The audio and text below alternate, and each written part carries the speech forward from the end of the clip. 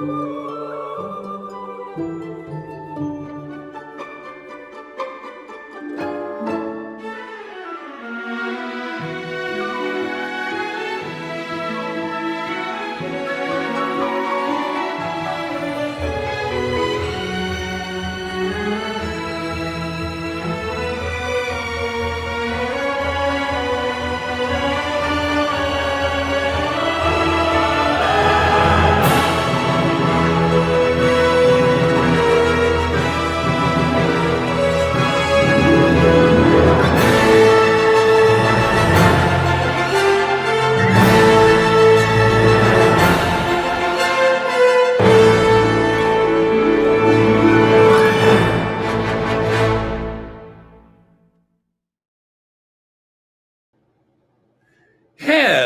hello, hello.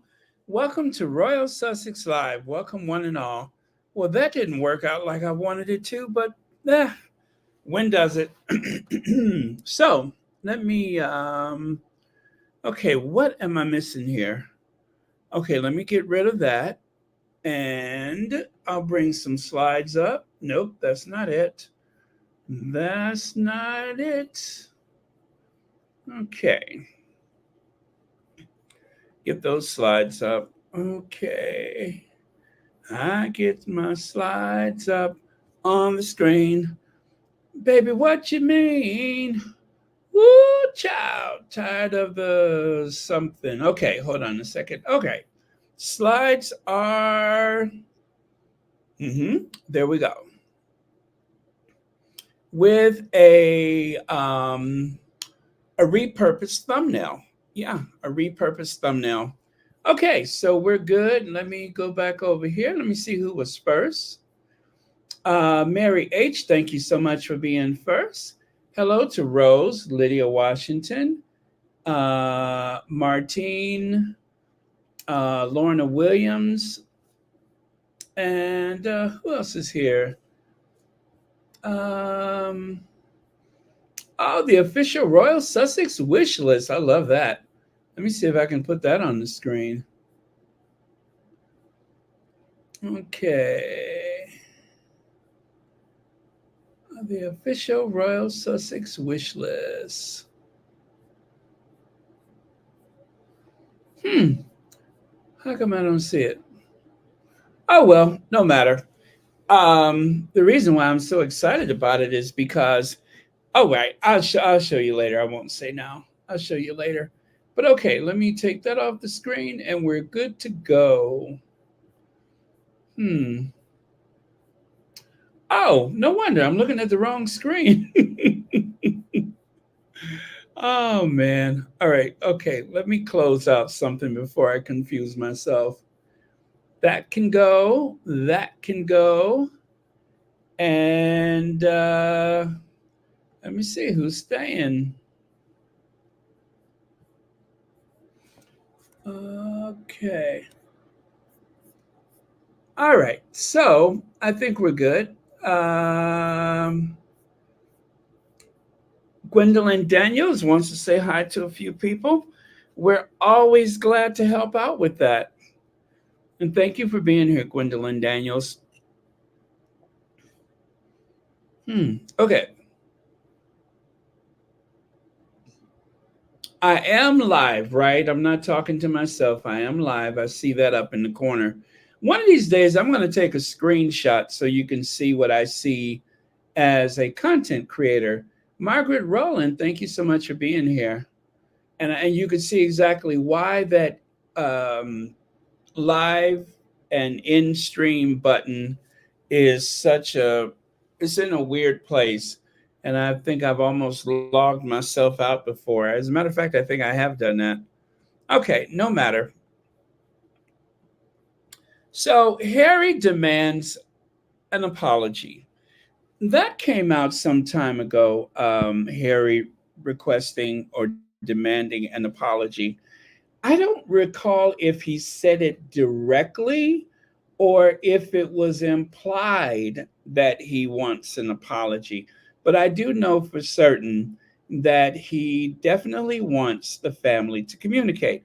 And I do recall clearly that he said, to Anderson Cooper that if there is something that he and the Duchess of Sussex needs to apologize for, just let us know. We need to know the particular or the specific things um, that you're demanding an apology. So, of course, the family wants an apology, right? And that is something that came out today. But I'm just like, wait a minute. Wasn't Harry the one who first said that he's asking or demanding an apology? Um, on the 60 Minutes, I went back and I listened to it again today. I did hear him say, whatever it is that Meg and I need to apologize for, you need to tell us. But so far, no one has said anything that warrants an apology. They haven't pointed out anything that they expect them to apologize. They haven't said anything. That's the whole point. They haven't said anything. And maybe the reason why is okay, Kim Peaches during one of the interviews, correct, Prince Harry has always came forward directly. Okay. Well, I thought for certain that he did mention an apology. So I'm going to show you the reason why I brought this up. Okay, so here, as you know, from time to time, they will um, they will leak things through the press, which I know is counterproductive and it is pretty rude if you ask me. But sometimes the royal family, they will communicate certain things to the press. Like, for instance, when Harry would not say whether or not he was coming to the coronation, what happened? That for days we kept seeing this story. Oh, not this story, but the on the well, in the tabloid media. Tell us if you're coming. Are you coming or are you not? Is Meghan coming? It got really weird. And it almost seems as though, and I'm kind of sure that it was the palace, a directive from either of the, well, probably from Clarence House, asking the papers to ask the question of the Sussexes, as though the communication was so broken down that there was no direct talk. I think that maybe, possibly, that Harry had said what he said, and then he wasn't going to say anything else until the palace asked him to come. And I got a feeling that the palace was waiting for Harry to contact them first. And when Harry wasn't contacting them, then all of a sudden we saw this rather bizarre, tell us if you're coming, like a bunch of little kids. Tell us if are you coming or are you not? That was the tone. Actually, I believe there was one article in particular that had the headline, tell us if you're coming. So I think at that point, that there must have been a huge breakdown in communication. And so I don't suspect, I don't suspect that they particularly want the Sussexes there for Christmas next year. Okay, look at the headline. It says Royal Family Live. Harry and Meghan ordered to say sorry to not spend next Christmas alone. Prince Harry and Meghan Markle have been urged to apologize for their decision to not spend Christmas with the royal family in the UK. Um, I get the feeling that they, the press that is, desperately want the engagement. There is a remote possibility that Charles may want the engagement. Um, uh, this is a tough one. This is a tough one because you don't know who's actually asking, and you can't be sure if they actually expect an answer for anything in particular or just to open up lines of communication. But one thing's for certain, we know that the press wants something to cover. They were starved. This right here is a great indication that they were starved for Christmas. They had nothing to cover for Christmas. As a matter of fact, some of the squatties were saying that, who said it yesterday in the Royal Sussex? Someone said, I love the fact that they were not able to make a dime from Harry and Meghan for Christmas. Nothing. They had nothing to gain. The only thing that was something they could cover was the Christmas card, and that's it. They had nothing else. Not even the annual parade, and that is if they're still doing the parade in Montecito. Let me see. Hello, Sheila Dews. Okay, and Lydia wants to say hi to a few people. I hope the sound is okay. I think I'm in kind of a noisy place right now, but it cannot be helped. Let me see here. Okay. B. Martin says they're thirsty as Frappuccino.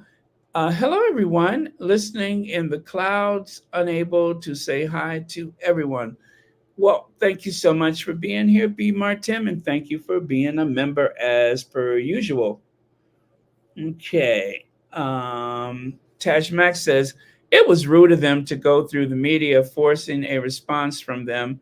We know how that the security wasn't given like the Queen, with the Queen's invite. Yeah. As much as we say that we shouldn't read the tabloids don't matter. However, it is a certain level of communication that only happens through the tabloids.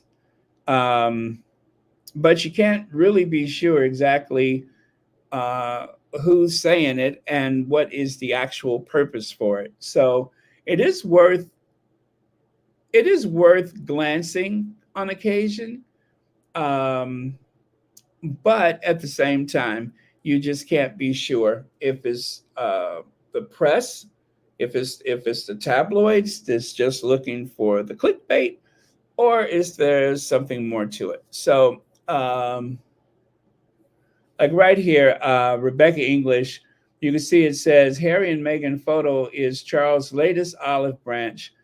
Well, we know that Rebecca English is close to Charles and Camilla. She seems to be very close to them. She seems to speak for them on occasion. So it is worth noting when she has an article whether or not it is coming from the palace. Is it Arrington W? Baron, this is just media BS. The Sussexes were not invited to Christmas. Recall Kate, Camilla, and Willie did not want them. The press is losing money. And there's a excellent possibility that that is all there is to it. So let us continue. Meghan Markle and Harry would thrill audiences with project featuring Lily and Archie. Now, one of the things that can really get your blood pressure up is the mention of the children. And again, this is a sign of desperation. Meghan Markle and Prince Harry signed a multi. Why are they going back to 2020? Is a good question. Signed a multi-year deal with streaming giant Netflix in 2020 and have since released a few docuseries.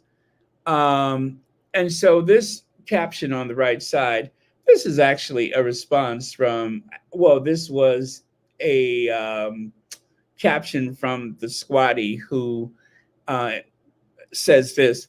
I know this is probably a waste of time because a lot of monarchists have issues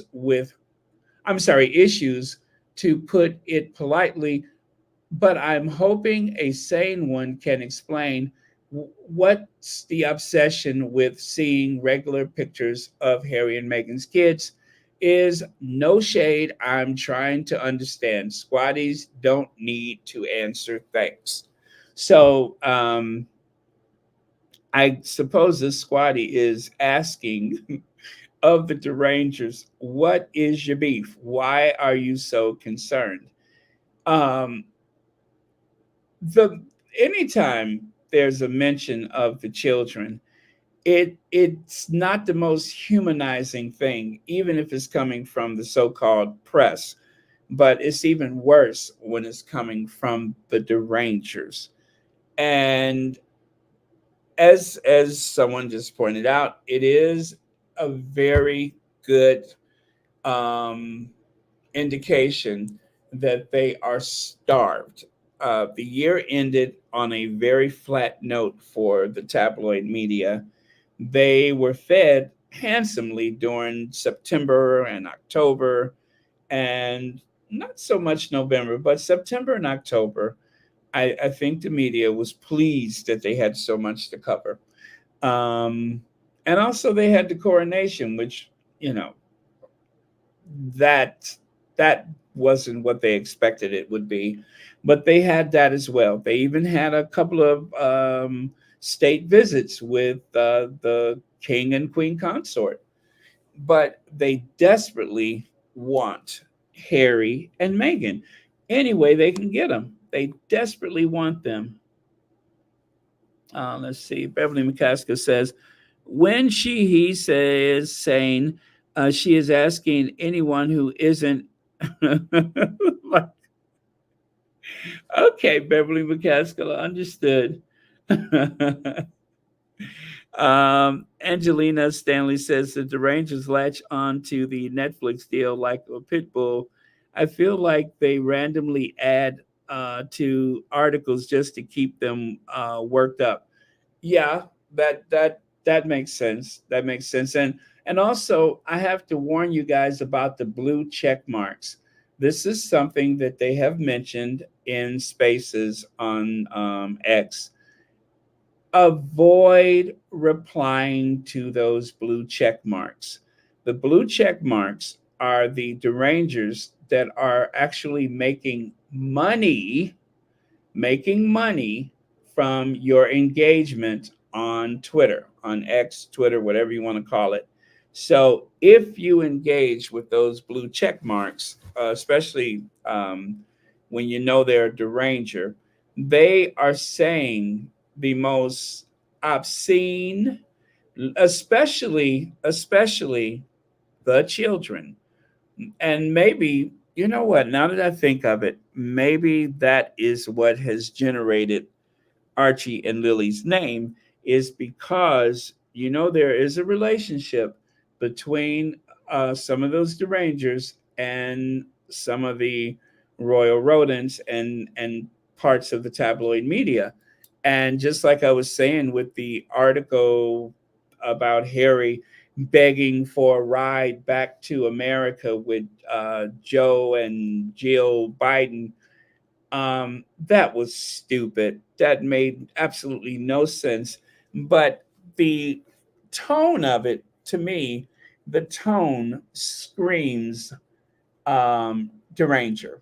And I believe that they said that in one of those chats or whatever. They said it. And next thing you know, it sounded so good to one of the tabloid people that they decided to make an article out of it. I think a lot of those articles originate from conversations that they have with their burner accounts. If, in other words, if they can get enough traction on those stories with their burner accounts, if enough derangers are talking about it, then it starts to seem like it must be true, or that there's the possibility that there is a truth to it, only because so many people are saying it. And then at that point, then it somehow ends up in, let's say, the Times or the Express or any of those other papers. Um, and there is a double-edged sword here. There's a double-edged sword. On the one hand, if we never push back, then it almost is giving legitimacy to the lie, because the unsuspecting public, the people who don't follow any of this stuff, but occasionally will see a headline, they will believe that it must be true. Imagine if there was absolutely no pushback about the story of Harry and Meghan flying back on Air Force One. Imagine if there was absolutely no pushback to that and many other things. So, on the one hand, I get it. If you mention it or if you click on it, you too may be spreading it. But if you say nothing, and you just leave them to their twisted minds to come up with whatever nonsense that they want, that they want to like make up, then aren't you giving them free reign to lie and manipulate and to twist the facts or create a storyline that has absolutely no pushback? There's no contradiction introduced to the storyline at all.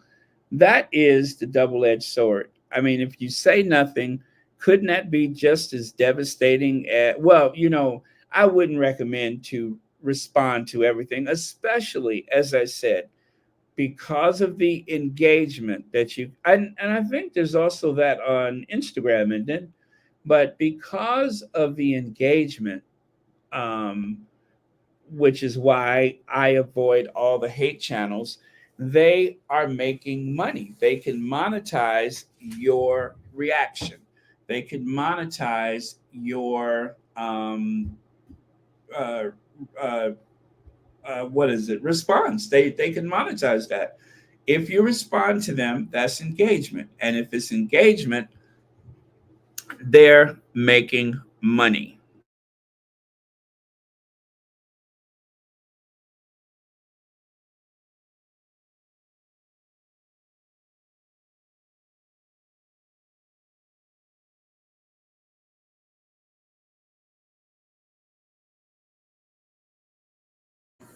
Pardon me for just one.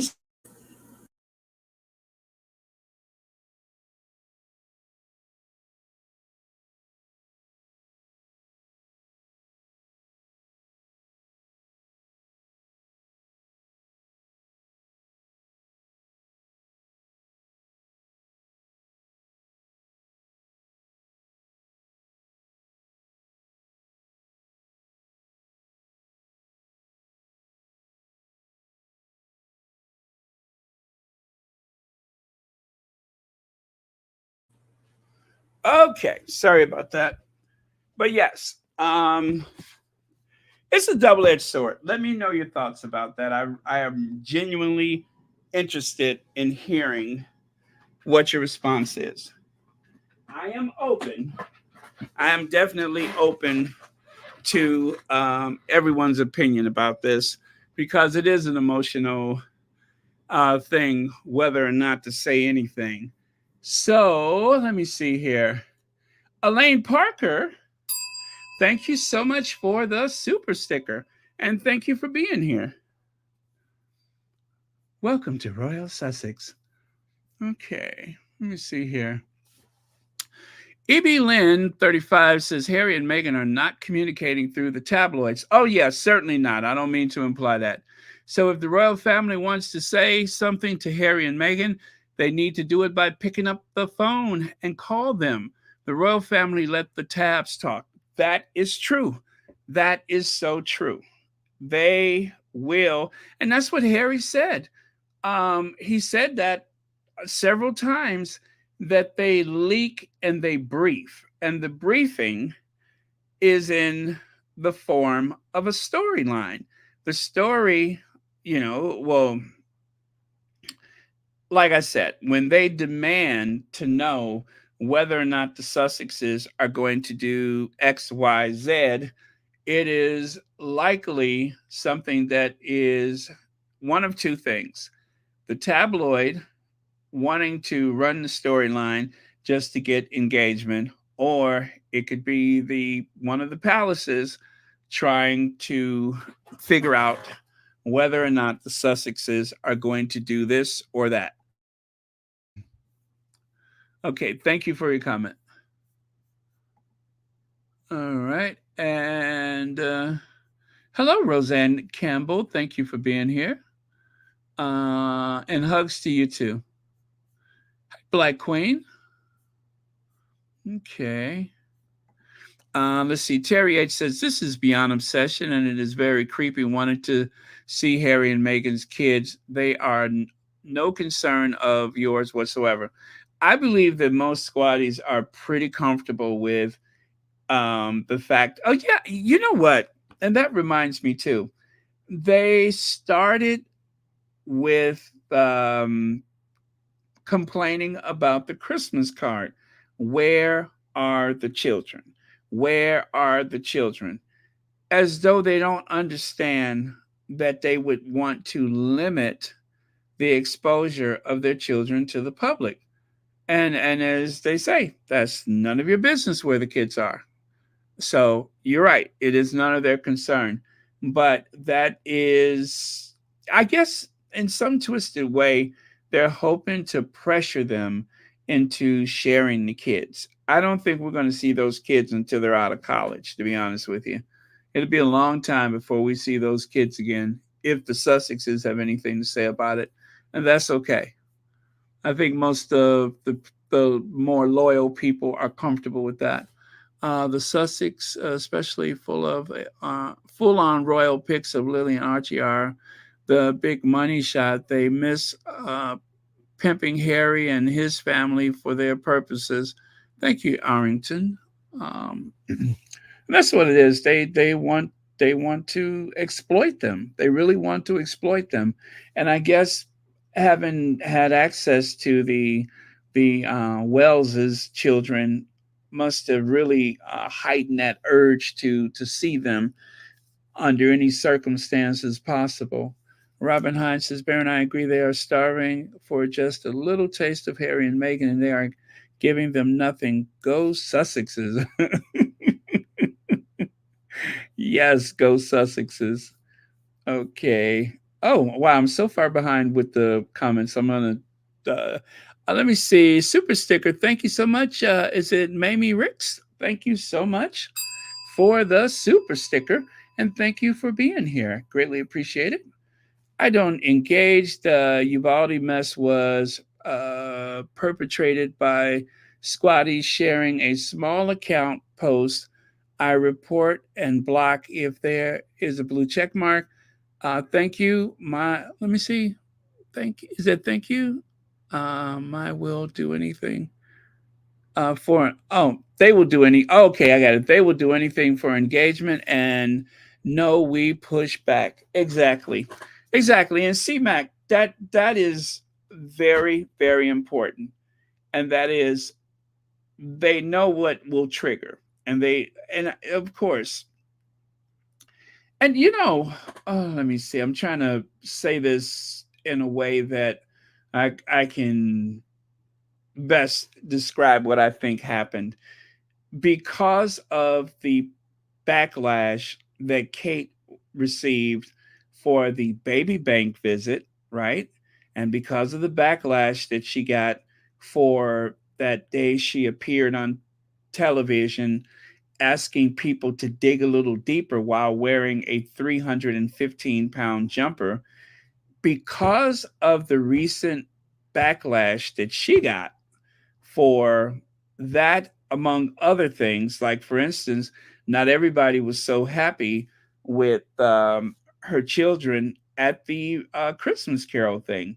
There were some people who, were kind of like, this is real nice for them, but how is this helping the rest of humanity? So, because of that, that one person that decided to mention Uvalde, and because that's the only thing that makes sense. No one had mentioned that for ages. And then all of a sudden, why was that a story? I mean, it got so big that even the family members, because the derangers, those evil, nasty people, were actually targeting the families. And a lot of that conspiracy stuff, you know how they were saying with some of those school situations that, oh, those children weren't real, they were crisis actors. They took that weird energy and unfortunately They mixed it with the families from Uvalde. They mentioned it with the Duchess of Sussex's visit there. And some of those people are more cuckoo than others. Some of them really do believe these conspiracies that none of these things are real. None of the children are real. Not Archie, not Lily, none of the kids from that school. This is a false flag. They use all of that language. And that's why it got so big. That's why it got so big. You had a twofer. Uh, the one thing was, of course, an attack on Meghan, but more importantly, to deflect from the bad press that Kate was getting. And Kate was getting bad press.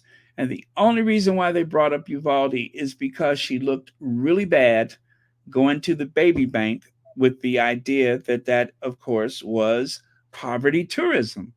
And of course, a few other things. And so one of the Rangers decided, oh, what about Uvalde? That's just like the time. And that is where that comes from. I'm convinced of that. That is how that happened.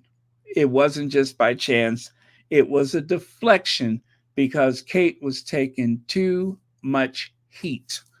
Thank you for your comment. 1960 says, hi, Baron. Why is it so easy for the Rangers to just tell lies about Harry and Meghan? Can't the Sussexes sue for slander? Can someone just start a hate channel about anyone with no consequences? Yeah, they can. It takes a lot. And the one thing that has made a difference with some of these channels being demonetized is because of the children. This idea, because it is abusive. How terrible is it? And people are still doing this, by the way. How terrible is it to tell someone that their children does not exist? This whole idea about the baby bump and the children doesn't exist. There are still people who are talking about that. And then there's this one old haggard looking deranger who says that the palace should demand that every witness to the birth of those children sign an affidavit. This is a very structured, deliberate plan that this person has. And when she says it, she doesn't say it like a crazy person. She says it very deliberately, which means that of course it is well rehearsed and well thought out enough to create engagement from the crazy people that has gone after, the those families in Uvalde, that have gone after other families other places. Because remember, these people, these haters, are not restricted to Harry and Meghan. If you ever, and I don't recommend it, but if you have ever wandered down the rabbit hole of their social media, you'll find that some of them are just all hate all the time for Harry and Meghan. And then there are some that anything that seems woke or left of center, or you know what I'm saying, anything that's not right wing, conservative, alt right, Brexit, um, they're trying to replace us. Um, MAGA, if it's anything that's opposite of that, these people, that's why there's so much hate, is because they have managed to lure some of those crazy people that are involved in this whole hate campaign. They have managed to lure some of the people that don't really care about the royal family, but oh, Meghan has black blood, I'm on it. And they just start, from there. So they're able to keep that hostility going. It's unfortunate, but if you look at the docuseries, the Harry and Meghan docuseries, you will see that they mention the fact that at the time of their wedding, it was unfortunately during the whole thing with Brexit and, of course, the whole culture war. And that is a huge part of it, is that they have been using Harry and Meghan, and of course, mostly Meghan, as a lightning rod for an already hostile, suspicious, and dare I say, ignorant electorate that seem to think that those people coming to the UK in a boat is going to somehow destabilize the whole of the United Kingdom, even though the United Kingdom ru- annually receive less migrants than quite a few other countries, and those other countries are not destabilized, they're not in trouble, but it's just the idea. They use the term invasion, they use the term illegal, and all that kind of stuff just to drive the hate and suspicion. And so, unfortunately, Harry and Meghan's timing for their wedding and such coincided with all of this nonsense, and it's just really too bad. It if it wasn't for the culture war that we're going through right now, there would have still been enough hate out there, but it's amplified by everything that I just mentioned, and that's really unfortunate, and it's not likely to go away anytime soon. That's why I say it's always a big question. Say something or say nothing. Say something or say nothing. I don't expect the Sussexes to sue anybody. I don't expect them to push back at everything, because by doing that, you only elevate the profile of the haters, right?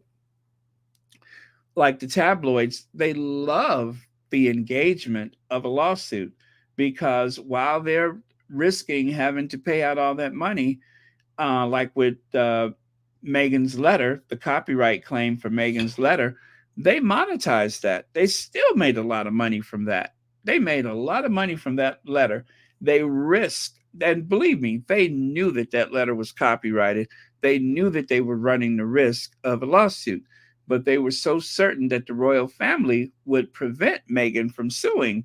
Well, once they were away from that institution, there was nothing to stop them from suing, especially since they were not dependent upon the palace lawyers, who would not have been able to take the case because Charles would have said no.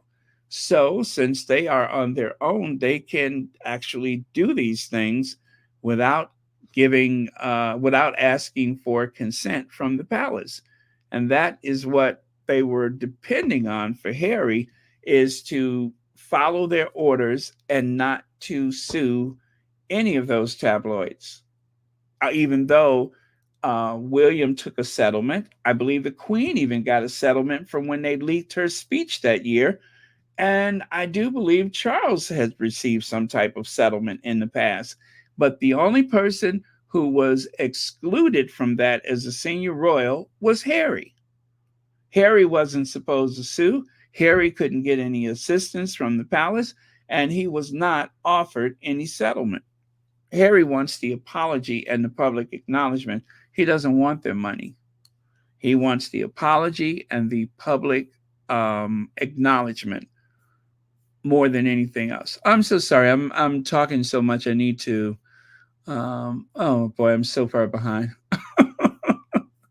Oh my goodness, I'm scrolling and scrolling. I'm gonna go backwards and just see if anything jumps out at me, and then we'll move on. Christine Rose says the Sussexes does not have to sue, but the parents of the children can file a lawsuit. Well, yeah, yeah, but it's not the tabloids. These are individuals, and um, I don't know that it would get more attention if it was a I just don't know if there would be anything to gain by going after these individuals on these social media. But if you can make a case, you can definitely, you know, you do have the option to do that. It would be a civil matter, but You definitely could do that if you wanted to, I'm sure. Let me see here. Lorna Williams says if the FBI is now starting to question the derangers that went after and threatened, is that the judge of the Colorado Supreme Court, they should be able to do the same for Harry and Meghan. Um, if there's something that merits that, I'm pretty sure that a case could be made. It would be up to, what is it, the district attorney or the state's attorney or whatever. But if there is a case to be made, then yeah, I mean, there are people in jail in the UK for threatening the Sussexes, right? So there's no reason to say that someone else couldn't find themselves in trouble for that, especially with the laws they have in California. Okay, let me see. I'm just going back. Let me see. Roseanne Campbell says, "Oh no, that's not for me." Okay. All right. Maybe I should just move on then. Uh, okay. Yeah. All right. I've gone back far enough. I'm gonna go back the other way. Plenty of us did direct to authorities and the school district. Okay. Okay. It's so twisted though. It reminds me, and I've mentioned this several times, that lady who was harassing Madeleine McCann's parents. There has been no evidence of any foul play where her Madeleine McCann's parents were concerned. Irresponsible, possibly. Foul play, no. And so, because of that, this whatever this woman who this older woman who lived by herself after her son left the little town they lived in. Oh God, what country was that? And she every day every day she was going after the McCains, and she was in all those chat groups and all of the conspiracies about the McCains. And when she was discovered, her identity and her hometown and everything, one of the tabloids exposed her. Then she thought life wasn't worth living anymore. And so, after she passed away, her son discovered what his mother had been up to, that hole that she had sunk into, that mental state of mind that she was in before she unalived herself. And there are so many people out there that are doing the exact same thing. They feel as though it's their job to wake up and try to save humanity from people who are not threatening humanity, but people who are on the opposite side politically of where they are. And so for them, they can take some of the smallest things and some of the most unlikely people and turn them into an enemy of the state. And only they can save the rest of us, is what their mentality is. So it's some very fragile people, mentally unstable and fragile people that are on social media, and they're unsupervised. And even worse, some of them are unmedicated and unsupervised. And that is where a lot of this nonsense comes from. Some of it is just deliberate because, people want engagement and they will say anything to get it. And then the others are people that may even have an element of the engagement thing, but they're also a little cuckoo, to put it politely. They're a little cuckoo. They push Harry in order to get a reaction. Another way is to try to break Harry and Meghan up, keep them on the defense. Let me see, tied up in expensive lawsuits. Yeah, they would love for the Sussexes to stay in court. They would love that. And this is why, you guys, I do not talk about Scamantha. I avoid it. It's very rare that I mention Scamantha, and I'd appreciate if you all do not do that here. If you do, one of the moderators is likely to remove your comment. That is uh, that one right there. I would rather wait until it's all said and done. So it's very rare that I even mention that individual because it is an endless loop of crazy. It is just an endless loop of craziness, and for us to even pursue that is giving in to the exact engagement that that person wants or those people want. Just like with Harry's citizenship is or his green card status, it is just a sad, pathetic distraction from everything else that's going on. So I don't bother with that much either. So just so you know, Elaine, you're not well. Let me see here. Let me see. I've not been doing too good, so I have been listening or watching to catch up.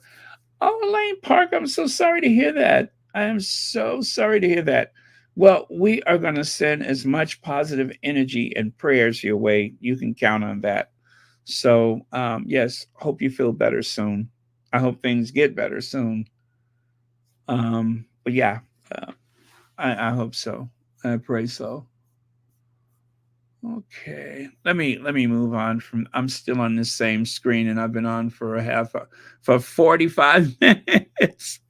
Okay, so I decided to look up smug because Richard K is my definition of smug, and so I said to myself, "What is the definition of smug? Let me look it up." Self-satisfied and smug go hand in hand, as you can see. A smug person is self satisfied. You can usually recognize someone who is pleased with himself by his smug little smile and self righteous remarks. Smug is the opposite of modest and unsure. And that would describe uh, Richard K. So, got a soundbite for you. Got a soundbite. Try not to hurl your electronic device out the window. Uh, where is it? And maybe it'll bear fruit next year.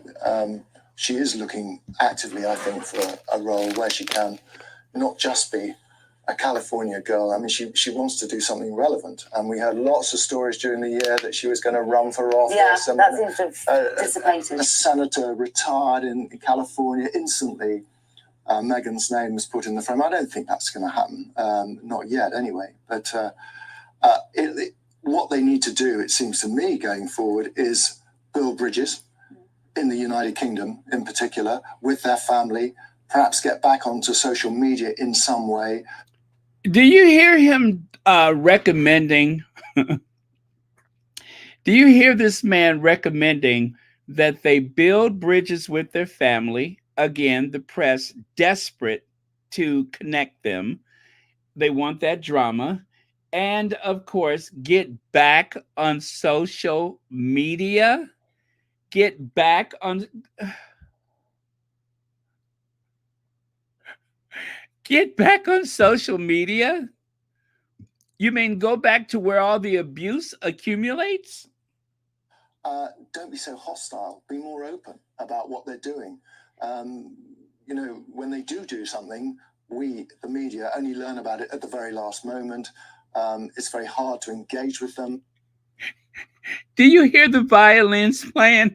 When we do learn about something, it's usually at the last moment.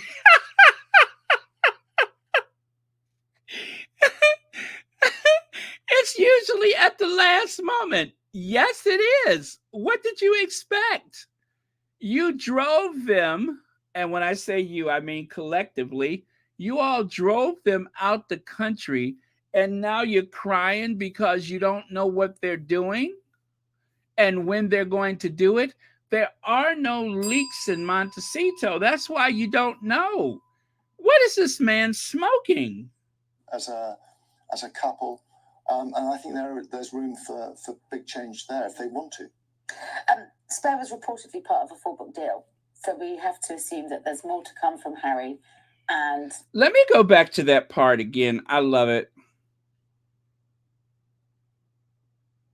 In the United Kingdom, in particular, with their family, perhaps get back onto social media in some way. Don't be so hostile. Be more open about what they're doing. You know, when they do something, we, the media, only learn about it at the very last moment. It's very hard to engage with them as a couple. And I think there's room for big change there if they want to. They don't. They don't want to. That's going to happen. Not yet, anyway. But what they need to do, it seems to me, going forward, is build bridges in the United Kingdom, in particular, with their family. Perhaps get back onto social media in some way. Lord have mercy. Lord have mercy. You know, this makes me want to see his x-ray, because something tells me that at some point, maybe a year ago, 10 years ago, this man has had a concussion, a hairline fracture. Something is wrong with his head, because he's doing too much thinking. They really need to examine, they need to verify that his brain is still there, because surely anybody with some sense would not say something as stupid as this. Maybe they should get back.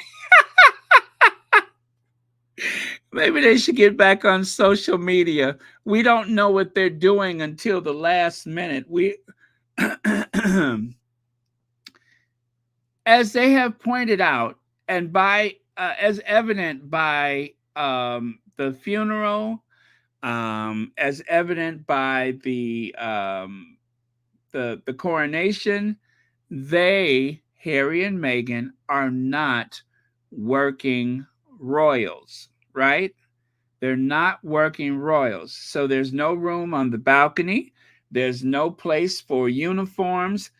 They don't get royal protection. If you want all of those heads up and all that kind of stuff, start off with some royal protection when they visit that country. And then, of course, you will know. I mean, it's just unbelievable. It's just unbelievable. And that he says it with a straight face. That he says it with a straight face. He means what he says, and he said what he means. That they should do this and they should do that. And that's the long and the short of it. Yeah. He's serious. Let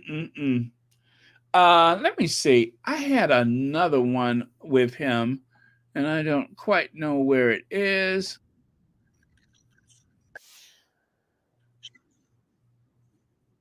Yeah, and that whole thing, okay, if you truly miss them, and you desperately want more access to the Sussexes, and I'm just saying for him as an individual,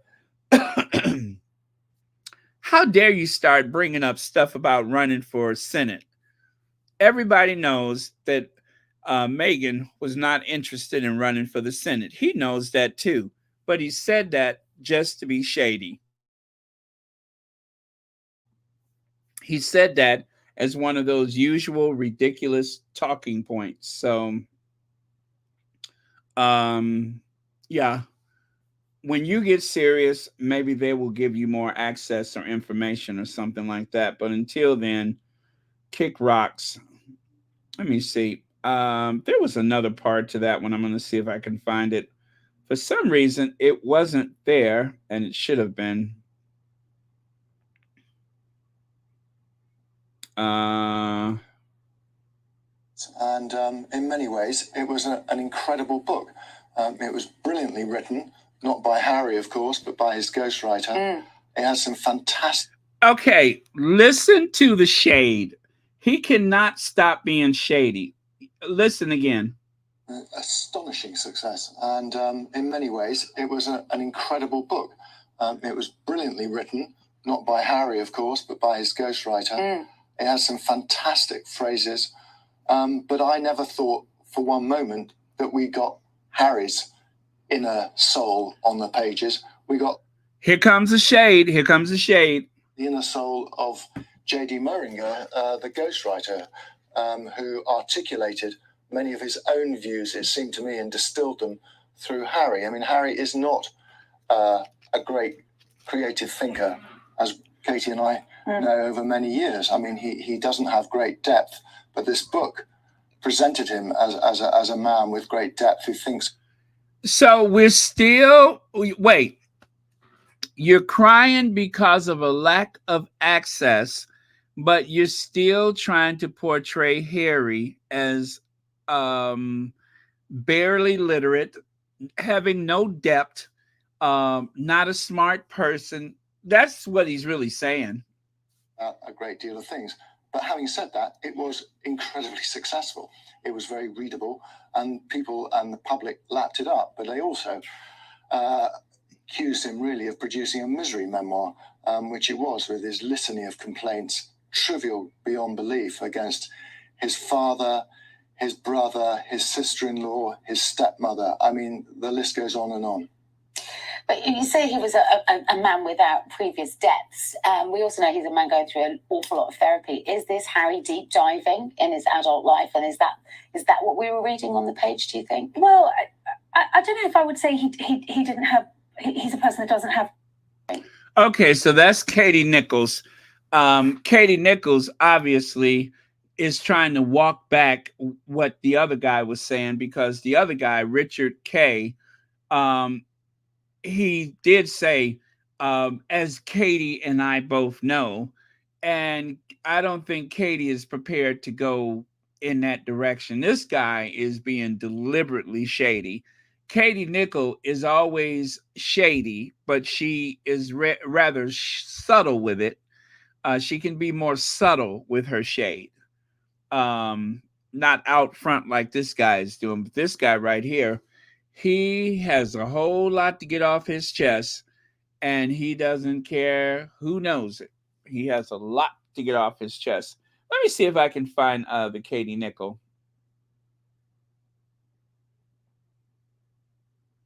Negative headlines, and you know, and Archibald and Invictus doing really well. But then Endgame blew that out of the water. I don't know who this guy is. I don't know who he is. Keeping out of the negative headlines, and you know, and Archibald and Invictus doing really well.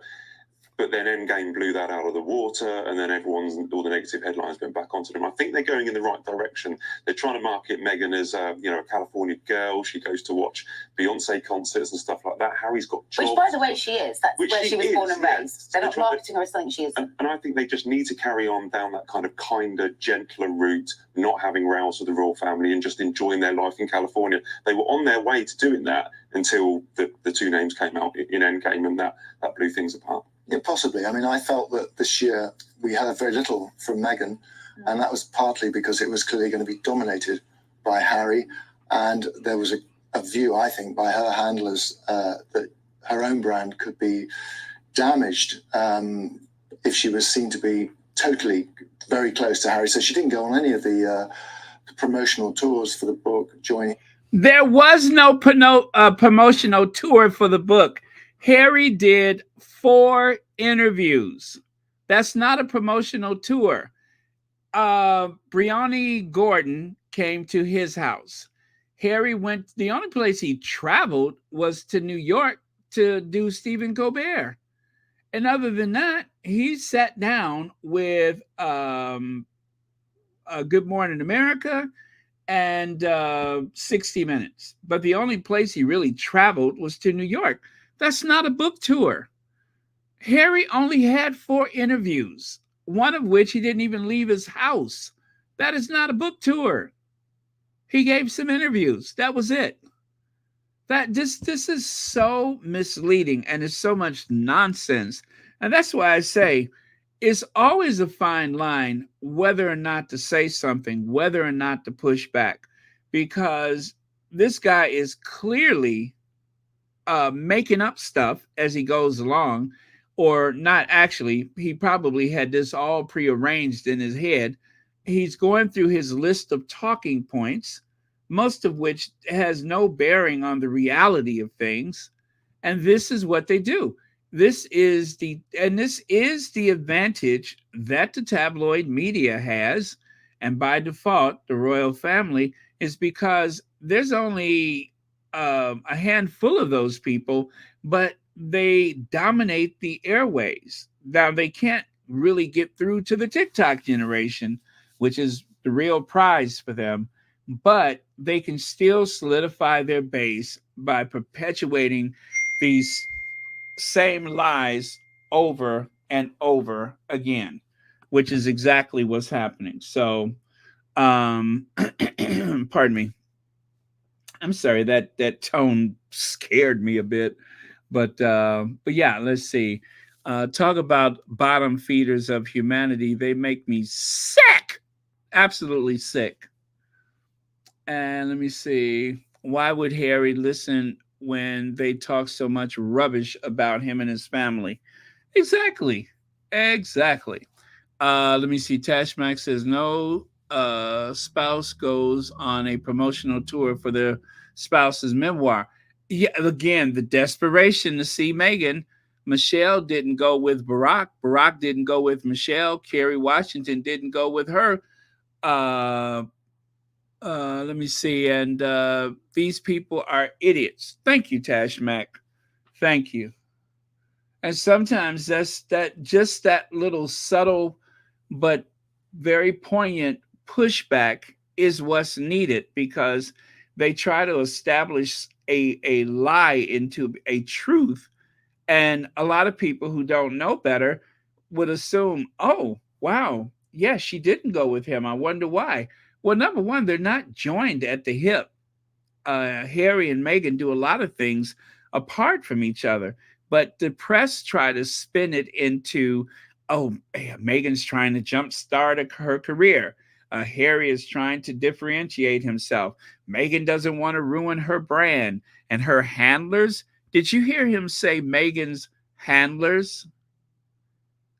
Meghan is a member of the royal family, but she doesn't have handlers. She's not being handled by anyone.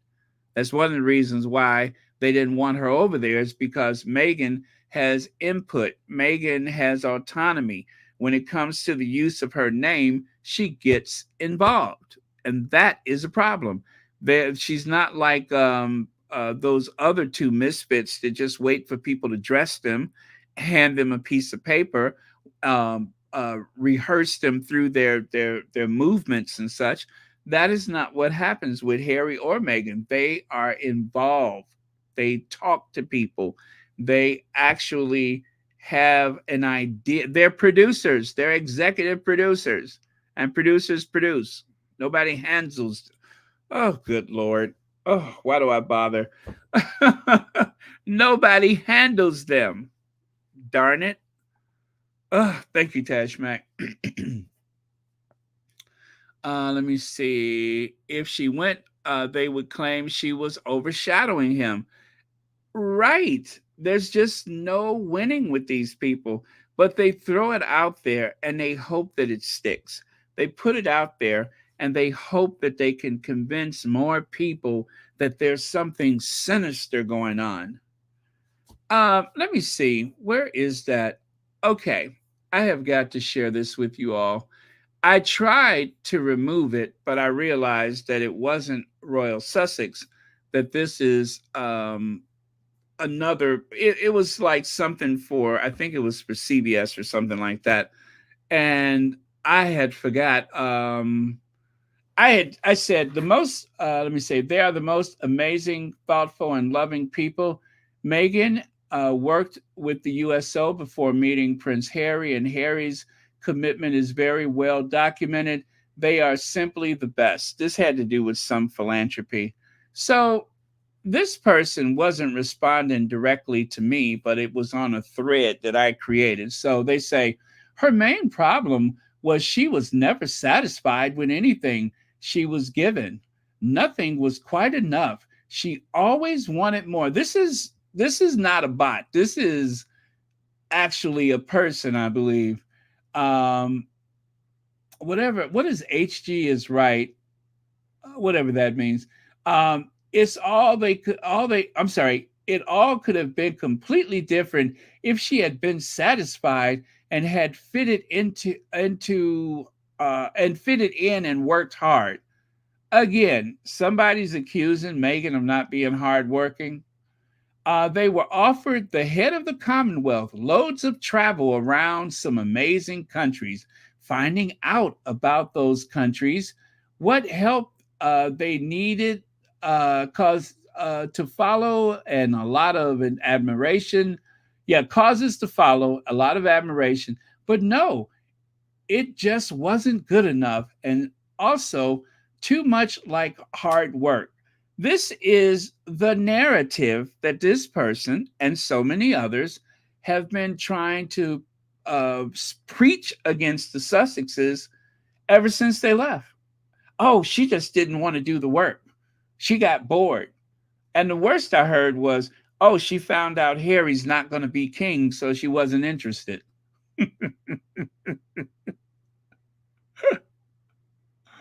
What she wanted was more money, and she could imagine then she could imagine fabulous jewels and clothing to wear, parties and banquets. Now you all know that ain't Meghan's flavor. Every night without worry about planning and the cost, jaunts and things she liked doing, and the lovely crowns to wear, and she was made queen, but it was never enough. This person went through a lot of trouble to describe Meghan as someone who wanted parties and banquets. Meghan very famously said, I never wanted to be a lady that lunches. I want to roll up my sleeves and hit the ground running. But, and this is why I'm saying avoid the blue check marks. This person, I don't think that this is like one of the hateful propagations. This is someone who has listened to a Richard Kay, listened to a Lorraine and what's his name, Russell Myers, listened to, even worse, Angela Levin, and of course Lady C, and they believe all of those things. This person will never take the time to know Meghan. They know Meghan as defined by people who either hate her or deliberately mislead, because that is their core, that's their base, is misled people who are desperately seeking misinformation every day, because it feeds into a narrative about Americans, about people of color, about Black people, about us hardworking, intelligent, self motivated, a successful woman. That's always a target. So all of those things are satisfied. So I do believe a lot of these people believe that, because it's just like the people that watch Fox News. If you watch Fox News, you're not watching anything else. You wake up in the morning and Fox News is on. And Fox News every day had some kind of slanderous thing to say about Obama. I think a lot of those people weren't just racist, although a lot of them are people that watch Fox News, but they were also afraid, because every day they were told that Barack Obama was going to take their guns. Barack Obama was going to move Black people into their household. Barack Obama was going to turn this into a communist country. They were told over and over again. And even worse, the people that they love, the people that they trust, was saying the same thing. So I don't actually get so angry with people like that. But at some point, you have to correct. You have to correct. You have to regulate, because otherwise the unsuspecting person that has an open mind, if there is no other conversation, what else are they going to believe? Let's see. Katie Nichols. Oh, I'm sorry. Oh, you know what? I was on the wrong page. I'm sorry, Legs. I'm trying to highlight your comment. Let me find it. There we go. Legs says Katie Nichols is careful because she is in the U.S. market. Snooty doesn't do well here. We don't care about that family, but but you slight the U.S. It's on exactly. If they are a little bit too, because I honestly there are some Americans that will not tolerate that snooty behavior. um, there's in American movies, and I'm pretty sure you've seen this. A lot of you all have seen this. I mean, the evil, diabolical, sinister, mad scientist that's going to destroy the world usually has an English accent, right? In a lot of our movies, the diabolical character has an English accent. So if you're going to go on American television and you're going to talk about the Sussexes, best to be very careful how you articulate yourself. Otherwise, you're going to seem like that cruel, mean English person that's in every movie. Like, for instance, the television show Friends. Emily was from England, which I thought was so unfair. But they made her out to be a little bit of a neurotic villain, and she was from the UK.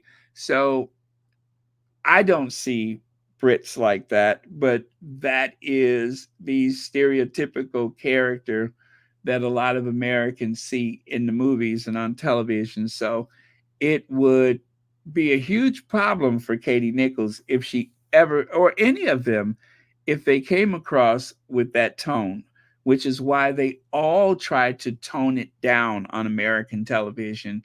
And the few that could not seem to do that were not invited back. That one in particular, Wendy, whatever her name was, the one that said Meghan was trailer trash, she hasn't been back on American television since. That type of rhetoric will not be tolerated. Thank you, Legs. Okay, okay. Let me see. Many of us wanted to see Meghan as princess for a modernization that represents in Europe, but not at the expense of her integrity and pre-royal, fully formed actual. You know what I'm trying to say? Actualization. you know, um, I I'm always proud to see African American in spaces that were not always open to us, right? But I'm the kind of person that I'm always glad to see anyone that is able to work in spaces or live in spaces that were not necessarily welcome to them. So I was very proud to have an Eastern European mayor. For I can't even remember what country he was, not mayor, but governor. I can't remember what country he was from, but I was proud of that. I was proud to have a Polish this and a. I'm always proud. I'm proud for them, just as much as I would be for anybody who has overcome stereotypes, right? If I see an Asian person in a certain position, like for instance, I wanted to be very happy for Rishi Sunak. I don't like his policies, but when I see someone like a Rishi Sunak get into those positions that were not necessarily available, I don't play favorites for any particular race or religion. I like the underdog. I love the underdog being able to overcome the prejudice and the fears to get into those spaces. So of course, I was excited for Meghan.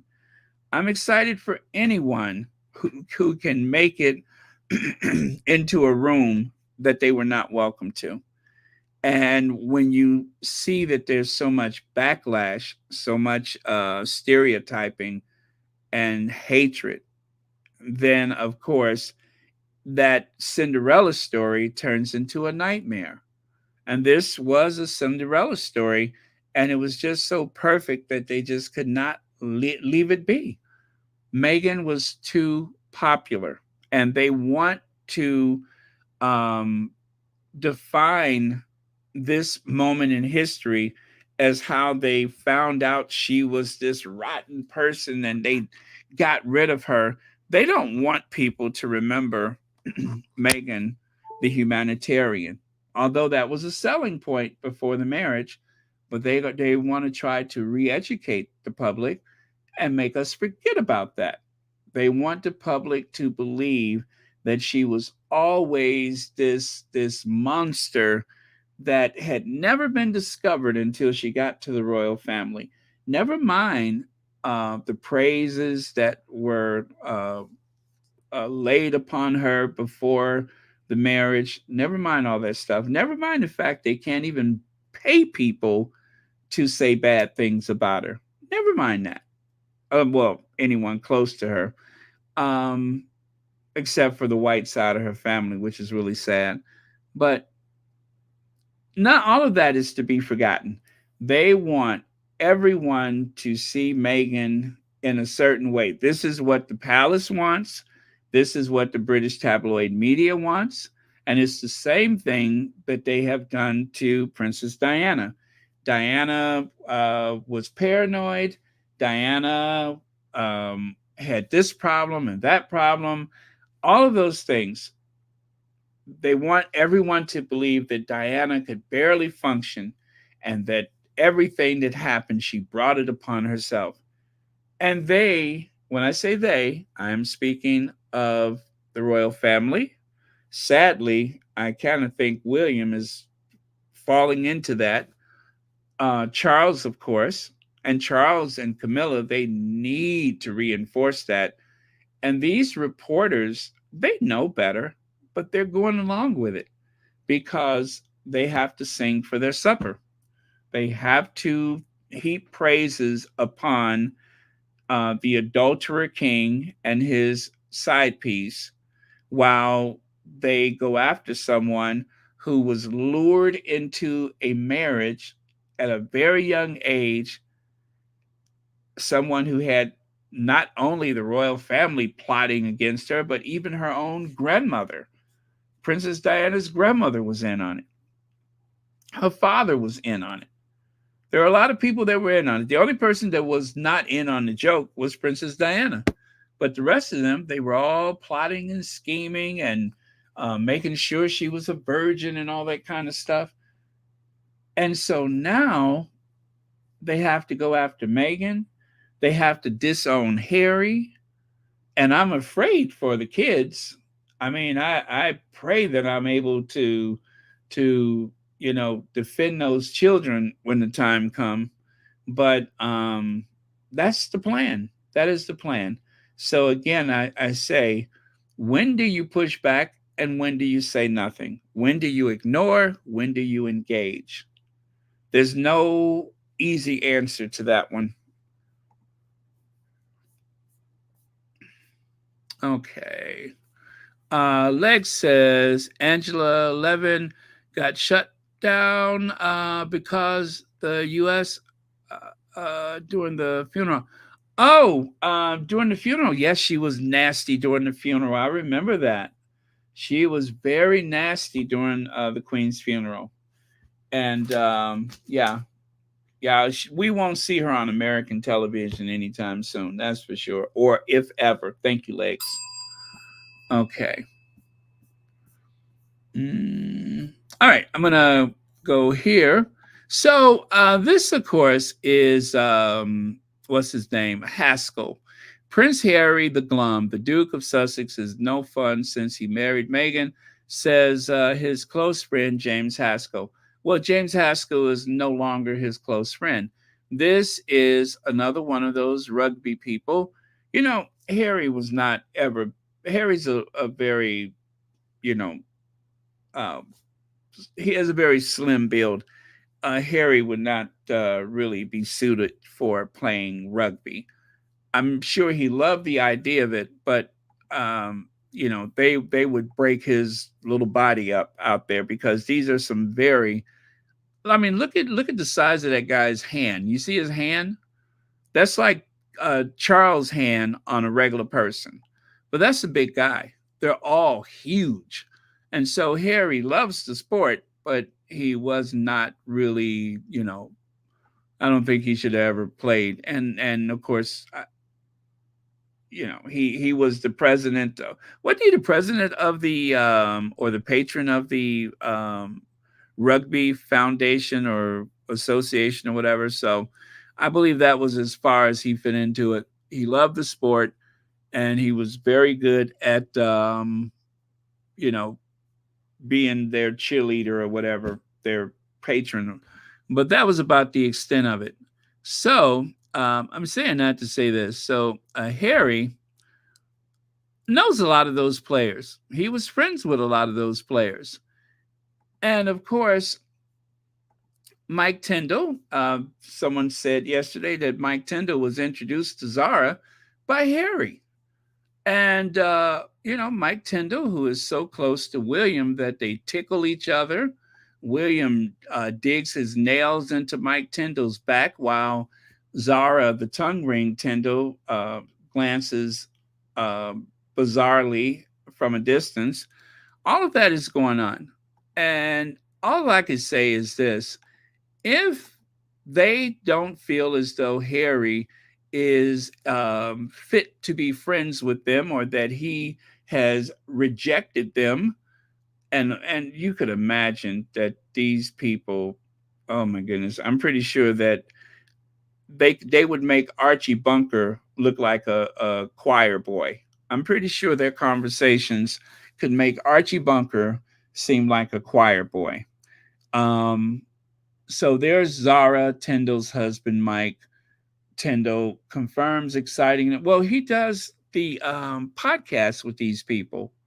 Those are his friends. And in order for them to get ratings, they have to say certain things. We already know that everyone from, oh gosh, what is that chick's name?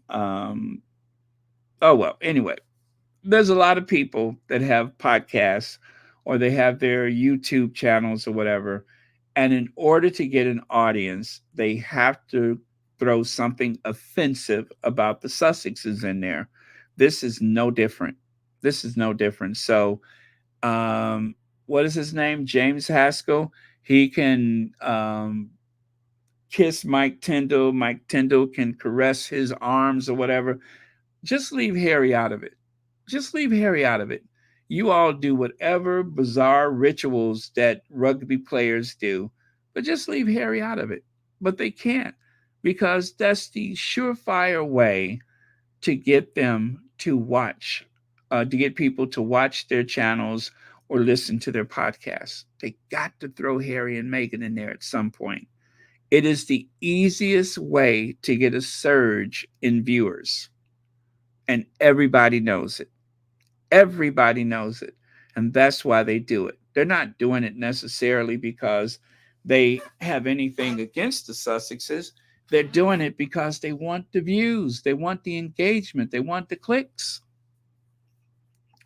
James Haskell is an opportunist. He is going through a divorce, so he has to knock Harry's relationship. Earlier this year, he surprised Good Morning Britain when he defended Harry's book, Spare, because he was selling his book. Ooh, I remember that. He did. He defended Harry earlier this year, and as you said, while he was selling his book.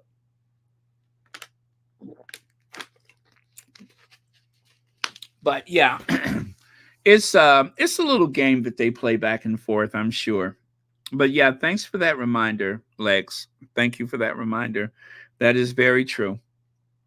He did say something nice about Harry, and I remember that a lot of people in the Sussex squad were not very impressed. Oh, let me see if I can. And you know what? To be honest, I didn't read the article. I did not read the article. I just assumed that whatever he said was probably not as bad as the headline makes it appear. He probably said something rather generic about Harry, but it's just a mention. The fact that the Daily Mail can confirm that Harry's name was mentioned is enough to make people react and look at the article. And I didn't look at the article. I didn't really care to look at it because I figured it was probably a bunch of nonsense. So I didn't really care to look at it. Let me see. Oh, and by the way, thank you so much, Lex, for the super sticker. Okay. Yeah, I'm gonna move on. I didn't get a name with my tumbler, but my simple modern 40-ounce tumbler with handle and straw. It came with two straws. Let me see: straw lid, insulated cup, reusable stainless steel water bottle, travel mug, cup holder friendly, gift for women, men, him, her, Trek collection in almond birch. Thank you so much. I did receive that. Also, I got a lovely Christmas card from someone else today. I won't say the name, but I did receive that as well. So thank you very much. But let's see here. It is the same mug that our Duchess was using on that, for the Clever Blend when she was accused of being an actress, an intern, a stand-up comedian, and a few other things. But yeah, so anyway, I will share with you the card. I won't say the name, just in case I shouldn't. Sometimes people use different names or whatever, or prefer not to, they'd rather remain anonymous. But it was a very sweet card. And it says, "So happy to see your effort, talent, and hard work being recognized and appreciated." And then they wrote at the bottom of the card, "To Baron from one of your favorite fans." That's weird. I never, I don't really think of myself as having a fan, but thank you for that. I've never heard anybody say that before. Not able to be in the chat all the time, but please enjoy this gift. And also written here, it says, Merry Christmas, Happy New Year to you and your family from blah, blah, blah. Thank you very much. Very sweet. I love this card too. It says congratulations on the front. Very, very nice. So that was sweet. That was very, very nice. Thank you so much.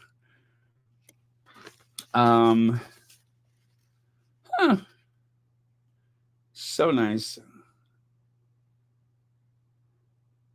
All right. Okay. Let me stop smiling because my face is hurting now. But that was nice. That was a nice surprise.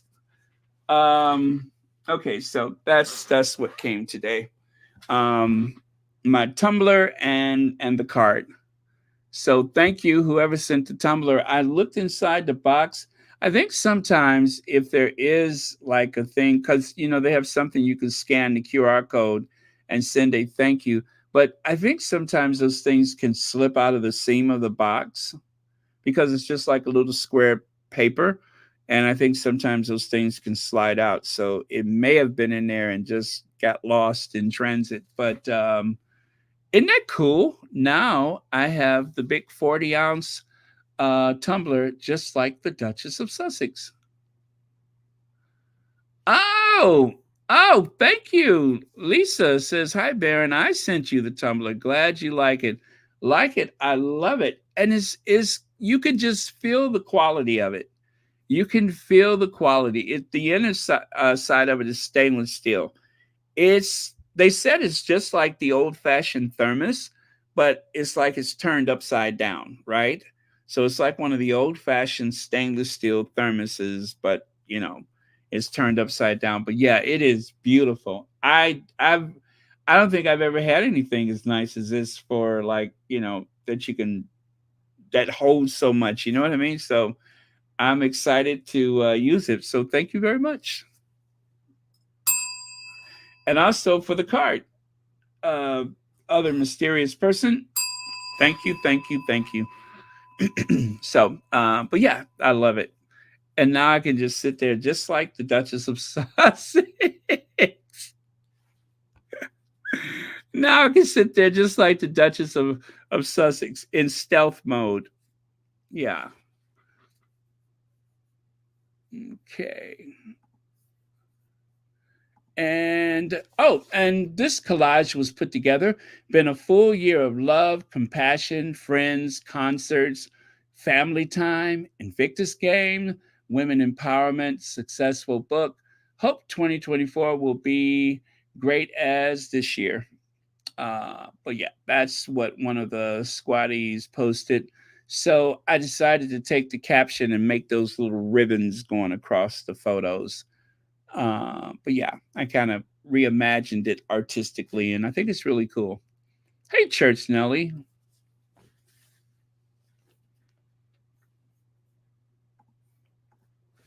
Now, Kate Middleton and Prince William are set for a royal visit to Italy in the spring and could meet the Pope Francis in the Vatican.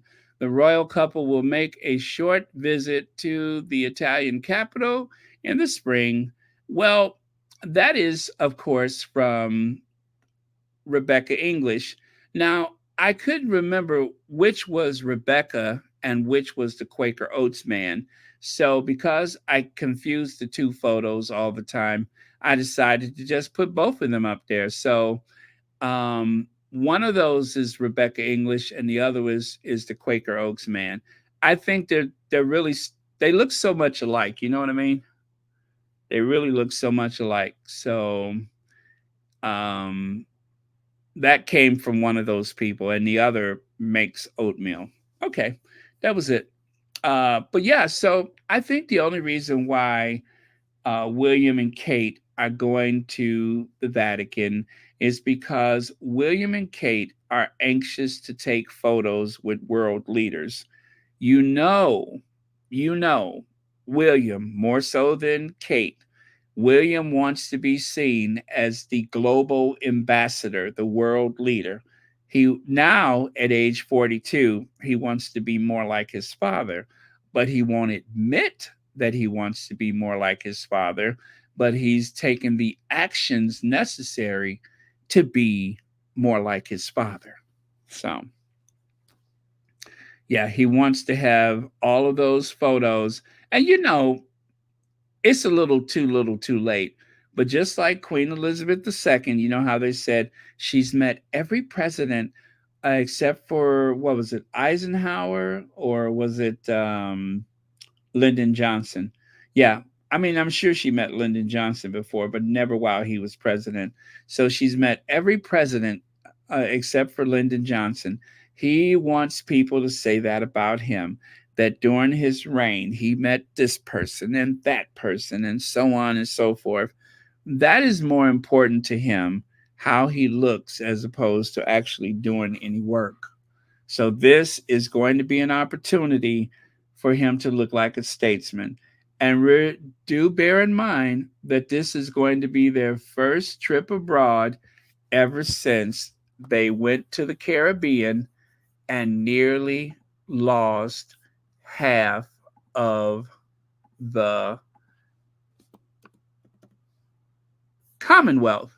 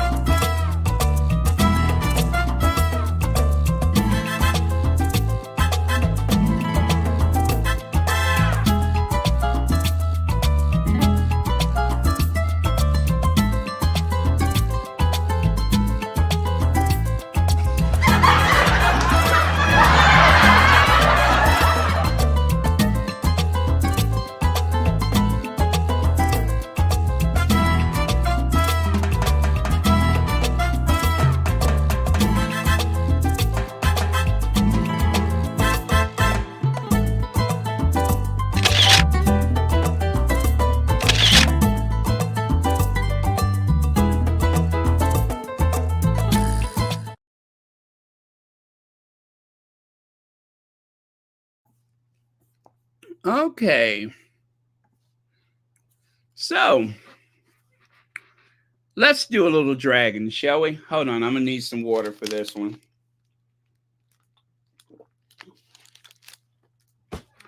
Okay. The Crown is accused of taking aim at Carol Middleton with an appalling depiction as hit Netflix show is examined in new male podcast. I didn't see the podcast, but I kind of want to see it. Now I kind of want to see it. Kate Middleton was somehow pushed and coerced into changing schools so that she can go to the same school as Prince William. She had dreamed of going to, oh gosh, well, I forgot what school it was, but she ended up going to St. Andrews because her mother found out that that's where William was going. Now, in The Crown, they depicted a scene where, the scene had a depiction, should I say, of Carol Middleton riding in her car, and suddenly she realized, what? He's going to St. Andrews. It gets worse than that. Take a look at the photo on the screen. That is the actress playing Princess Diana. And yes, Princess Diana was taller than the average woman. She had to be at least 6 feet tall in her bare feet. Very tall. And so next to her is supposed to be a young Prince William. Now, across the crowd of people, and by the way, there you go.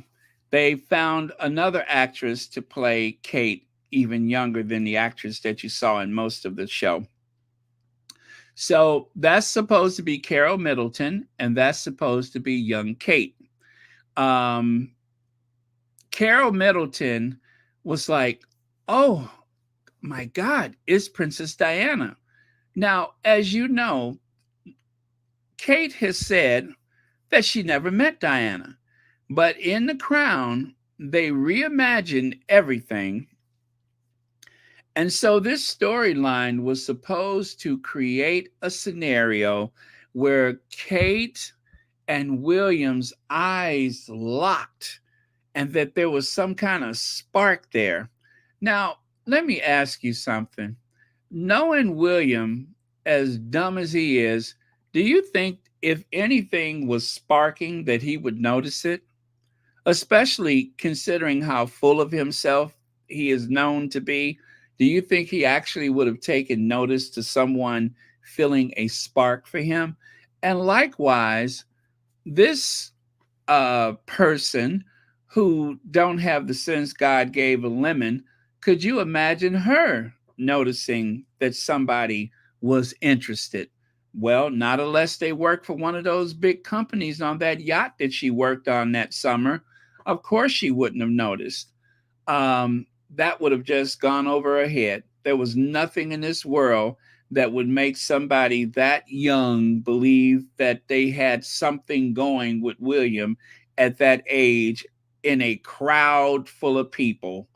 And then of course, it got even worse.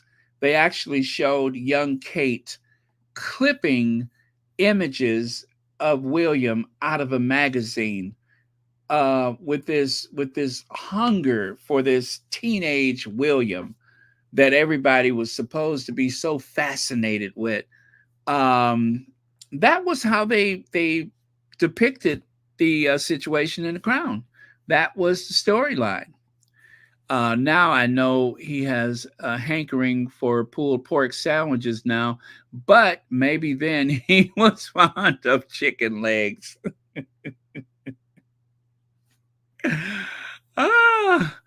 Okay. Let me see. What really set me off about the whole thing is that they have had been upping the cost of Meghan's wardrobe to make it look like she was spending too much on her clothes Black Queen. Oh, that was for Black Queen.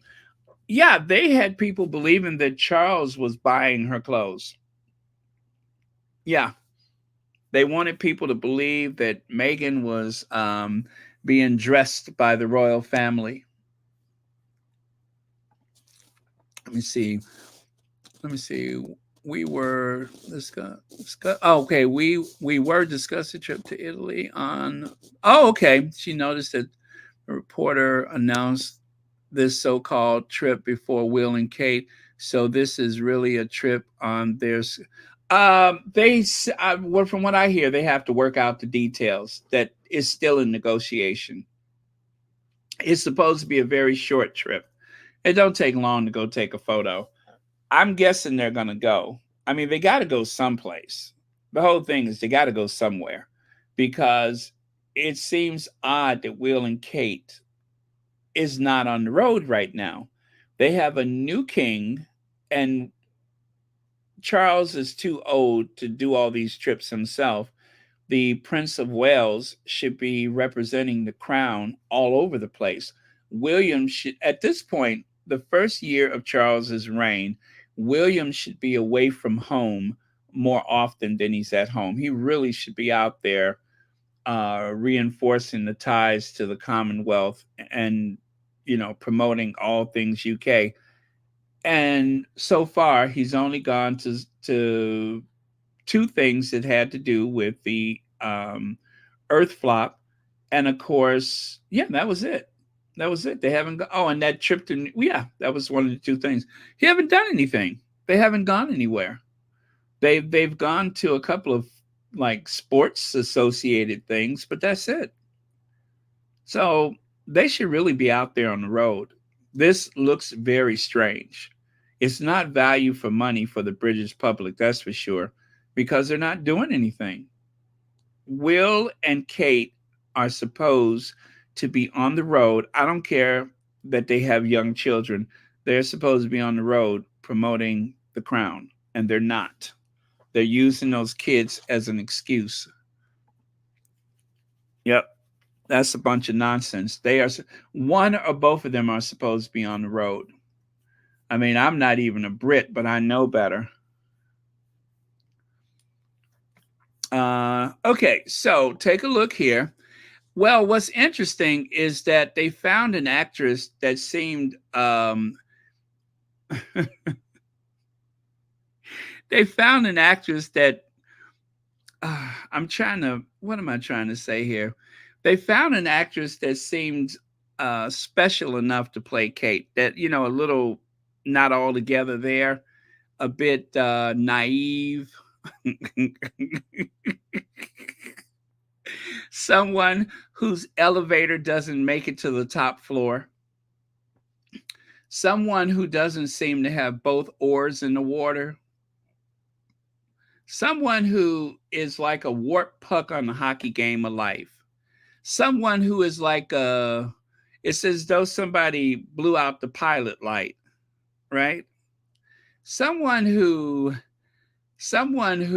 is about a tree short of a hammock. Someone who looks as though they're about a brick short of a house. Someone who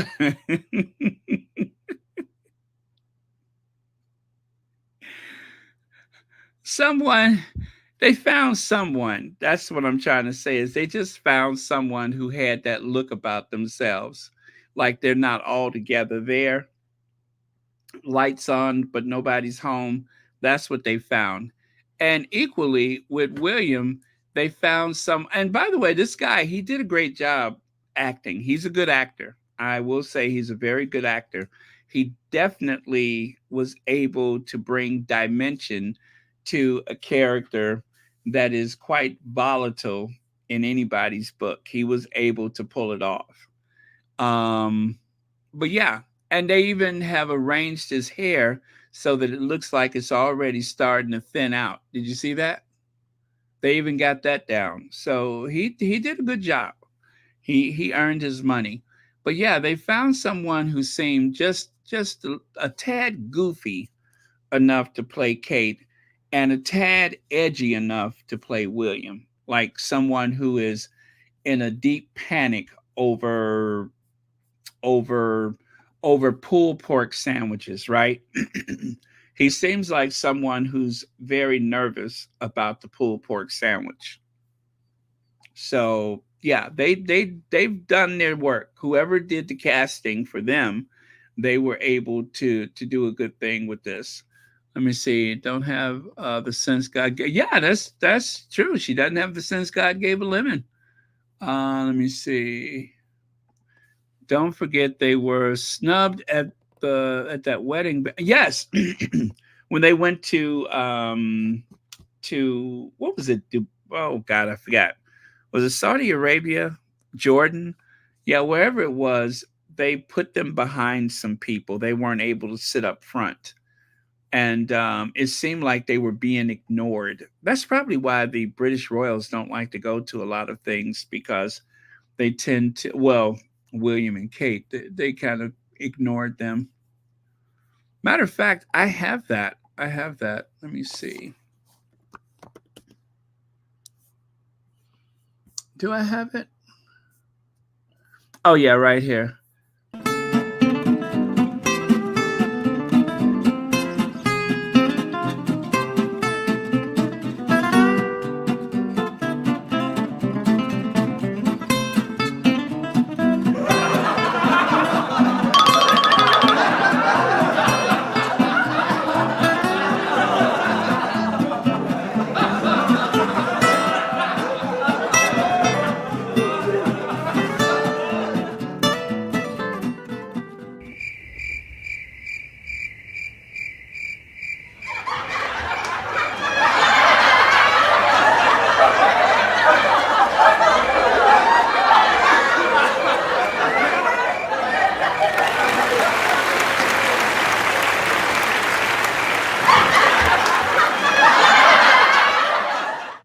Yeah, you can only see the top of Kate's head back there. You see it? You can only see the top of her head. It's like putting her behind the candelabra.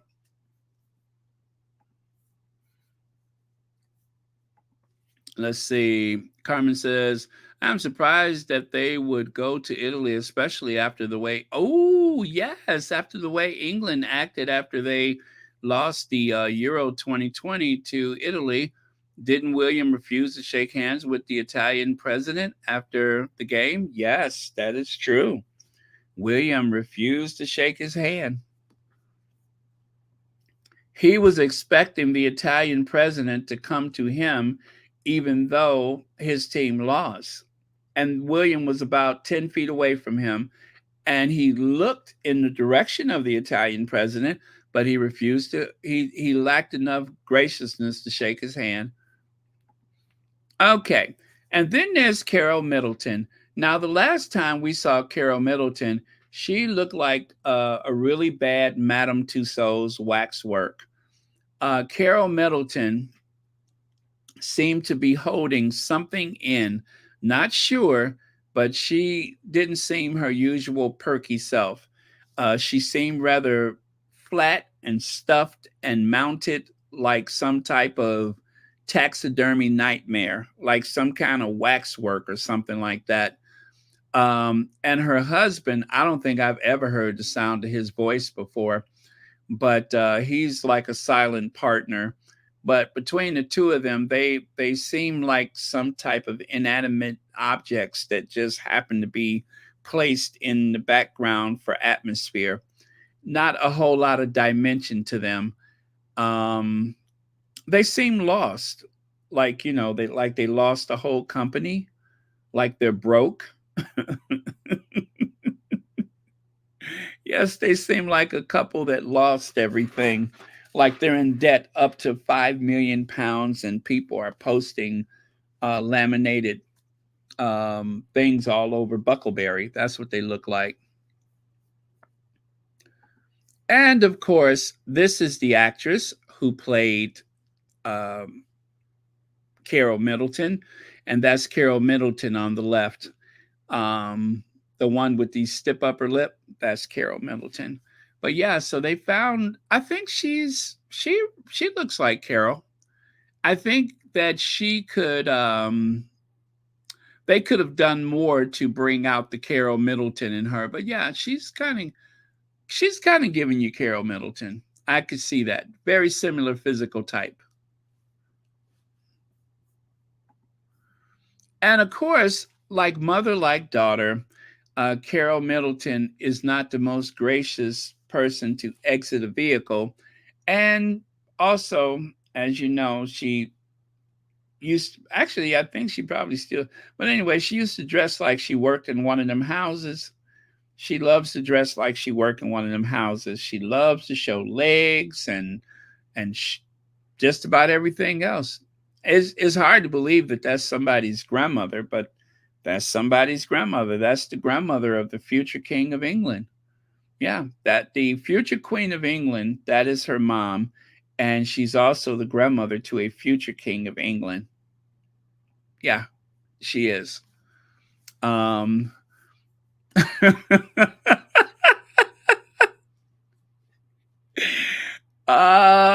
It does kind of seem that way. And funny you should say that, Black Queen, because I was just getting to that. So this is also somebody's grandmother. Somebody's grandmother went to, I think it was a rugby game or a cricket game or something, and they just could not wait. They brought their own plain paper bag, and they were clever enough to bring some of those beverages that was on the cart at the airline when she worked there. I wonder how many of those little bottles Carol Middleton got at home. I bet you there's a lot of false floors and hollow spaces around the house where if you just tap on it the right way, all of a sudden there's like a million of those little cocktail bottles. Anyway, she couldn't wait, so she brought her. Whose mama shows up with a plain paper bag at a sports event? And look at the guy behind her. Look at that guy behind her. Look at his eyes. His eyes reminds me of one of those Renaissance paintings. His eyes remind me of one of those Renaissance paintings where you see the character like looking at the person drinking the wine and all that. That's what he reminds me of. I mean, this guy is like the Renaissance man. Yes, yes, you see it too, huh? Well, you know what they say, you can't fly with one wing.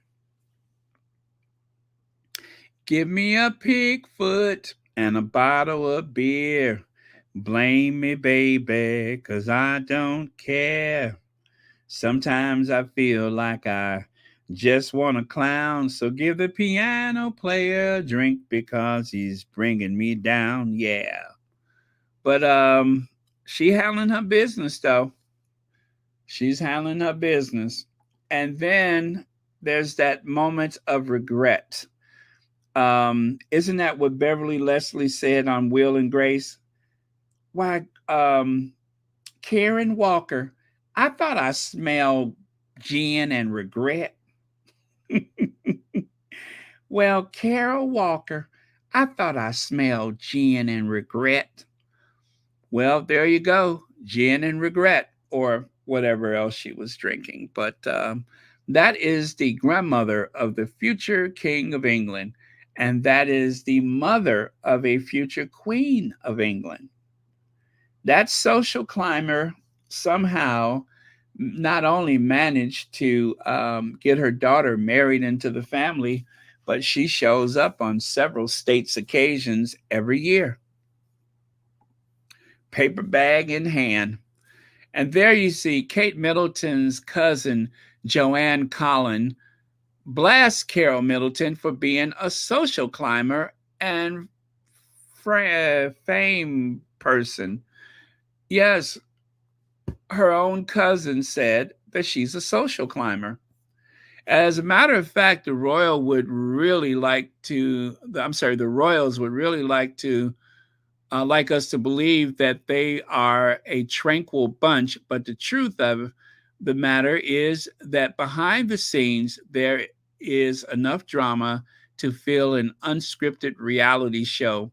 Usually, when we are taking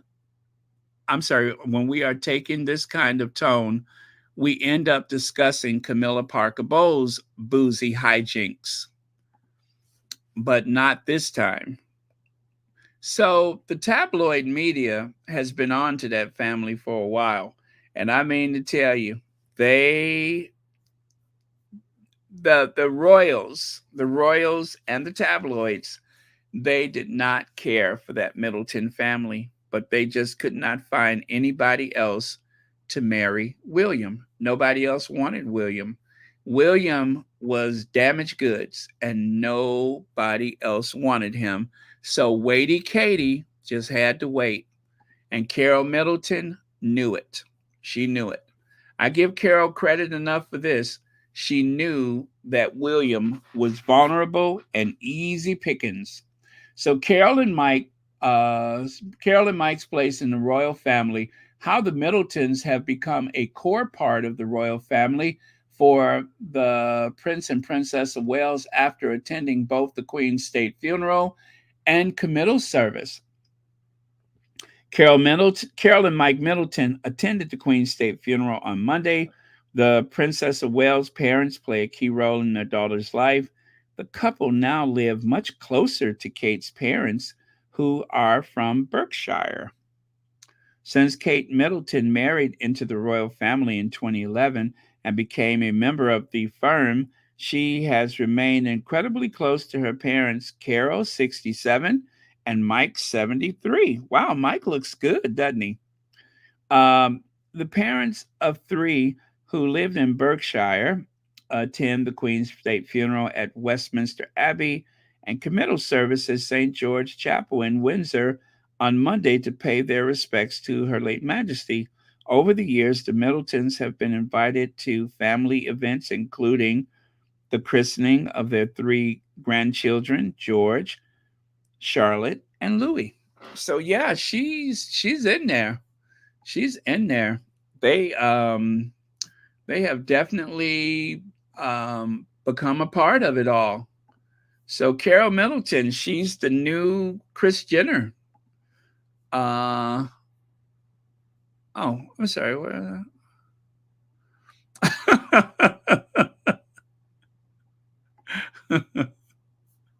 Okay. And right here, oh man, how did I mess that up? Oh Lord. Oh wait. Yeah, that's stuck on there, isn't it? Oh well. The Sussex Oceania tour, Meghan Made Kate Cry, was published by, oh man, I can't see what it says there. And on November 30th, Carol Middleton gave her first, yeah. So what they're saying is that it seemed to be a connection. That's what this squatty was saying, that there seemed to be a connection between the popularity of the Oceania tour and then all of a sudden, Kate's mama gave her first interview, which is astounding considering that you don't hear much from her. But all of a sudden, she was on TV as if to try to pull attention away from Harry and Meghan because of how popular they were at that time, actually, even before the wedding. So I remember a lot of people in the squad were saying that they felt that some of the leaks and a lot of the bad press was instigated by the Middleton family, allegedly. I repeat, it was a consensus at the time that it wasn't just Kensington Palace, it wasn't just Clarence House, but it was also those Buckleberry people that may have been instigating a lot of that stuff and in cahoots with the press. I have no evidence of that, but it does explain a lot. It would explain a lot, I would say. Carol Middleton Party Pieces business had a terrible Christmas. After expanding to the U.S., Princess Kate's mother is now locked in a dispute with the firm's supplier after postal strikes only added to the company woes. They broke, they owe people, and someone bought the company for pennies on the dollar, and that left those creditors high and dry. But yet, Kate's mama, Carol, and her father, Mike, are still living the champagne wishes and caviar dreams. The triumph of Waity Katie. She's searching for their first home and won't accept anything owned by the royals as she tightens her grip on the prince who tried to dump her in 2008. And don't you all think it's kind of strange that Kate and her mother wear the same clothes? At least they used to. Carol Middleton used to dress up Kate, or Kate used to dress up her mother. I believe it was Carol Middleton was dressing Kate. Kate's taste in clothes was either something that was made for a bank holiday weekend, or it was something her mother would wear, which some of the things her mother would wear looked like she worked in one of them houses, but I digress. But I just think it's a little possessive, don't you think? I mean, and it's not just a one time thing. This has been a pattern. This has been a pattern for them to wear each other's clothes. Yeah. And there's Ma Middleton trying to do like Princess Diana with the light going through her dress that weirdo photographer had took. Yeah, she's having, I don't even know what to call that moment, but it's weird. But yeah, she and her daughter wear the same clothes. Now, either they're buying the same things, but what do you say about that? I mean, I've seen little kids that are forced to dress up like their sibling, but mother-daughter? Is this like one of those pageants? You know what I mean? This reminds me of one of those children pageants in the South. You know how in the South is a big deal to have the pageants, and that's what this reminds me of. She seems like one of those pageant mothers. Weird, weird.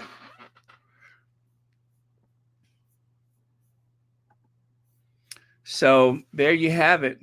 Ma Middleton's rise from air hostess to queen mother. Now, of course, she's not officially queen mother. I don't know if they will ever, but it just seems to me that at some point she's hoping that they're going to call her the queen mother. It seems to me that at some point that she hopes that they're going to call her the queen mother. That ain't likely to happen, I know, but I could just no, it shouldn't happen. Finger clicking Carol. Carol Middleton's mom, Carol, I'm sorry, Kate's Middleton's mom, Carol, bombards staff with 71 emails a day and docks their pay for going to the dentist. Now, this came out in 2019. Isn't that what they accused Meghan of? Disgruntled former Party Pieces employees claim Miss Middleton would shun those who disagreed with her. Yeah, so that was the way that they spoke about Ma Middleton. And here she is, just in case anybody has wondered what it was like for her before she married her husband and started Party Pieces. This was Carol Middleton flying for British Airways, and there she is with possession of all those little cocktail bottles on her tray. She probably still has her cart at home, and I suspect that during the coronation for William and Kate, she's actually going to push that little cart around Westminster Abbey so she can try to recoup some of the money that she spent to try to get that damaged set of goods into the family in the first place. So look forward to seeing that. during the coronation for William, you're going to hear like some wheels clackety clack clack clacking on those cobblestone floors.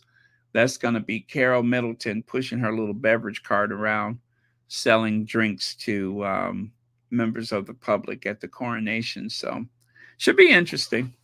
Should be interesting. She needs the money. Let me say, I'm not a fan of Baldy. I am not wishing this on anyone, least Chuck. However, I hope that Chuck goes before Camilla. I don't know what Baldy has in mind, but it will not be good.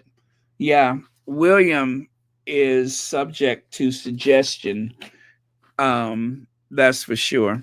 And whatever he is advised would be painful and menacing for the Sussexes. I'm pretty sure he will go along with it.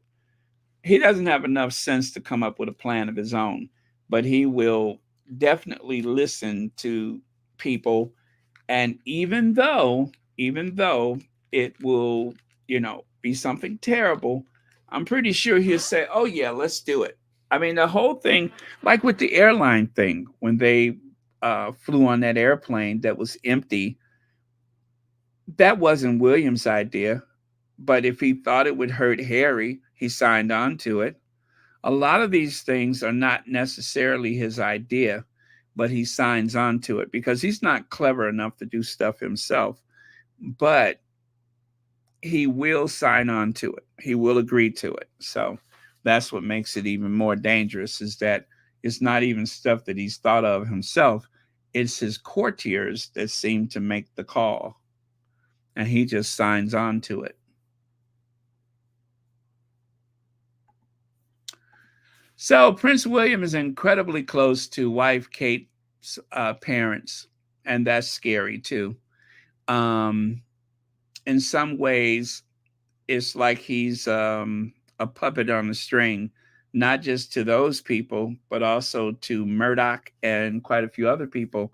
And that is probably why he's starting to, people are saying that he can't control his plain paper bags like Carol does. Kate Middleton's 162,000-pound wardrobe, Princess cut the value of her clothing in 2023 by 15,000 pounds, despite her 32,000-pound coronation headpiece. You mean to tell me that headpiece she wore to the coronation was 32,000 pounds? I thought that was something from a fabric store, bridal shop.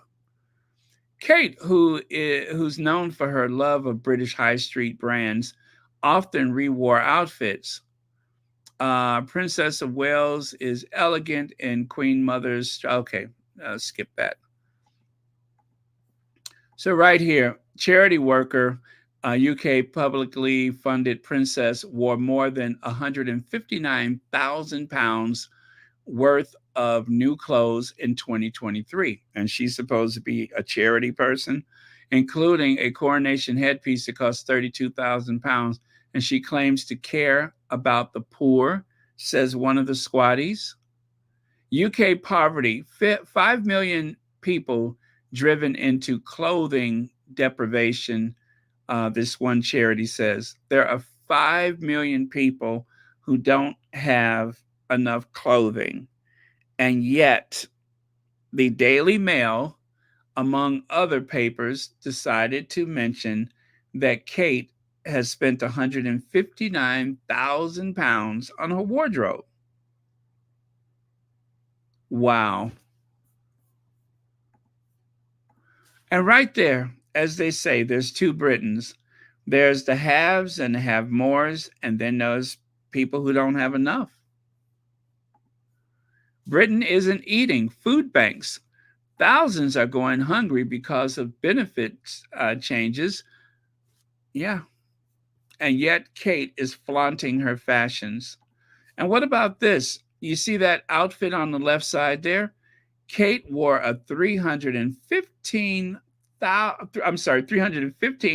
pound, you know what I'm saying, 315 pound top while she was asking people to dig a little deeper. to try to help more. She actually did a public service announcement wearing an outfit that cost more than it took to raise me. The nerves. And right there, the royals have gone food banking. How fascinating. Rather, so food grows in food banks, just like money grows in money banks.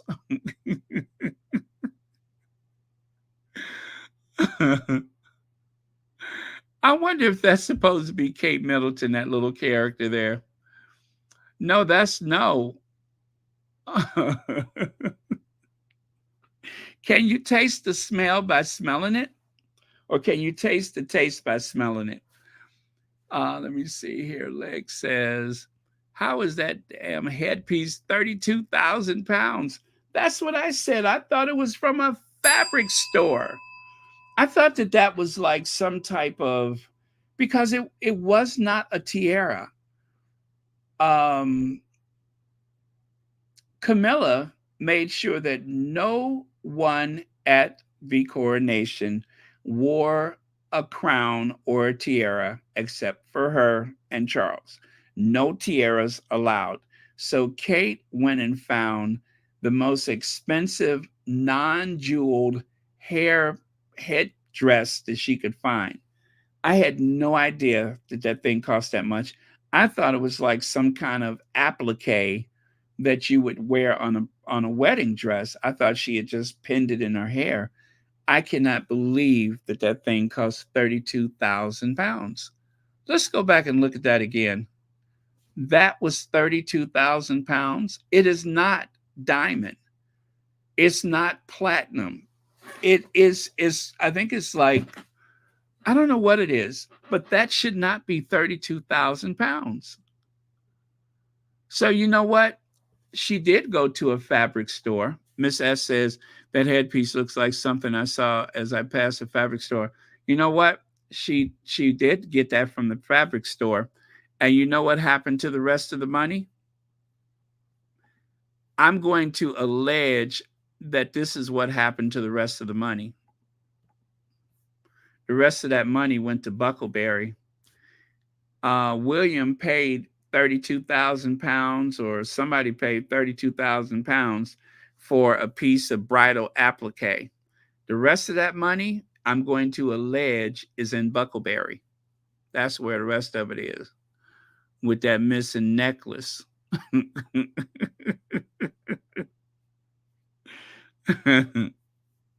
That's where the rest of it is. Tone deaf poverty safari PR stunt. It's important our children learn early on how less fortunate others are. Food Share feeds 150 people every week, and that's in Windsor. There's a food bank in Windsor that is feeding 150 people a week. Can you believe that? There is a food bank in Windsor that feeds 150 people a week in Windsor. Wealthy, well-off Windsor, where Windsor Castle is. The town of Windsor. I didn't think they had people that were struggling. And that's in Windsor. Imagine the scale of the suffering in poorer parts of the country as we continue to pay these billionaires at least 365 million pounds a year. That's £1 million a day to maintain the royal family. That averages £1 million a day for all those properties, for all those workers, for all of the drivers and the police and the horses and such. 350 million pounds a year. That is staggering. That is staggering. Shortly after, I mean, think about it. How many people are in California? About 45 million people, something like that. 40 million people versus the United Kingdom that has 66 million people.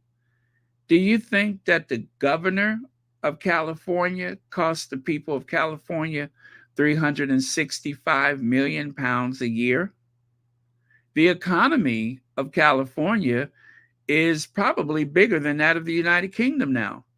Do you think that the economy of California is actually paying 365 million pounds a year for the governor and his family?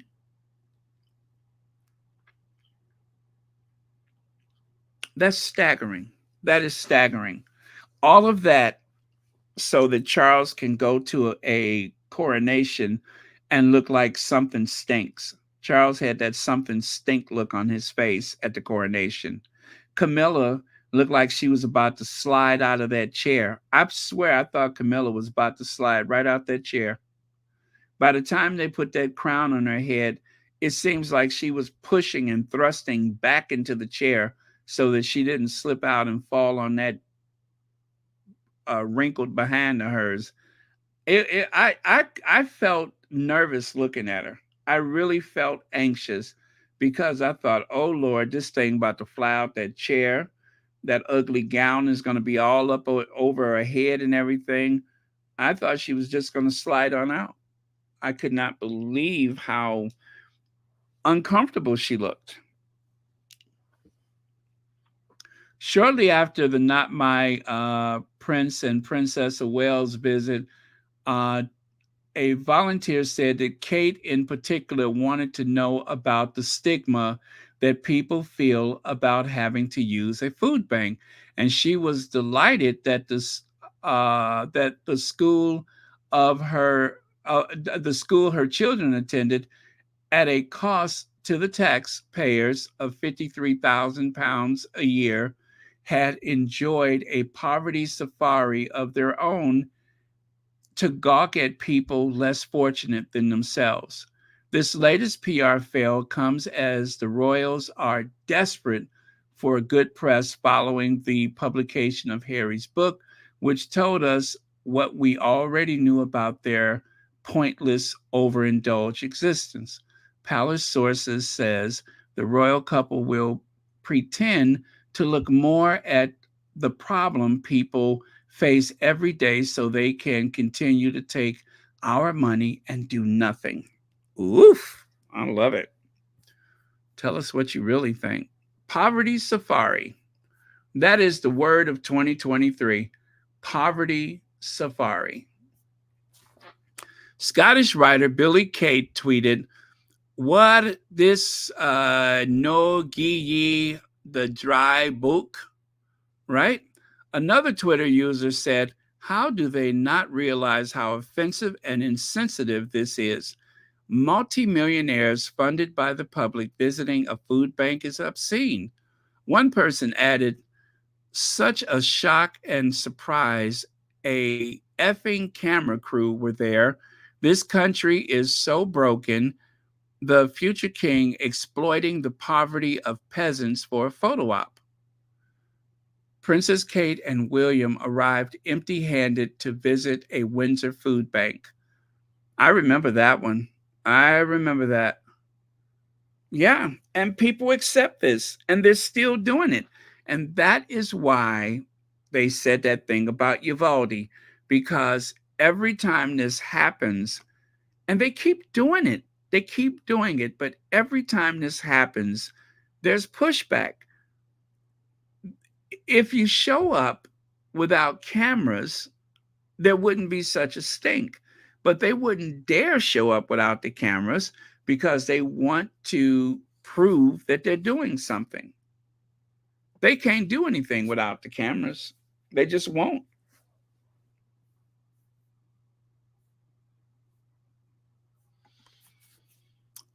Nathan Dixon says, but yet they raise a question about a dress Meghan paid for herself to Harry and Meghan's engagement photos. Please make it make sense. Well, they want everybody to think that the royal family paid for everything. That's the point, is they want everyone to believe that the royal family paid for everything. They want everyone to believe that that Meghan showed up just like Sophie, 1.7 million pounds in debt, a failing company, and of course, I am still wondering about whether or not there's a pulled pork sandwich in that marriage.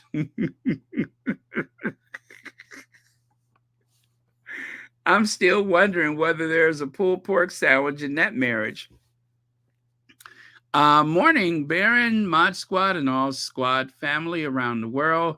Enjoy the last Friday of 2023, and I pray for everyone's good health, peace, joy, and happiness for 2024. Well, thank you so much, and thank you for the super sticker, and thank you so much for watching Royal Sussex.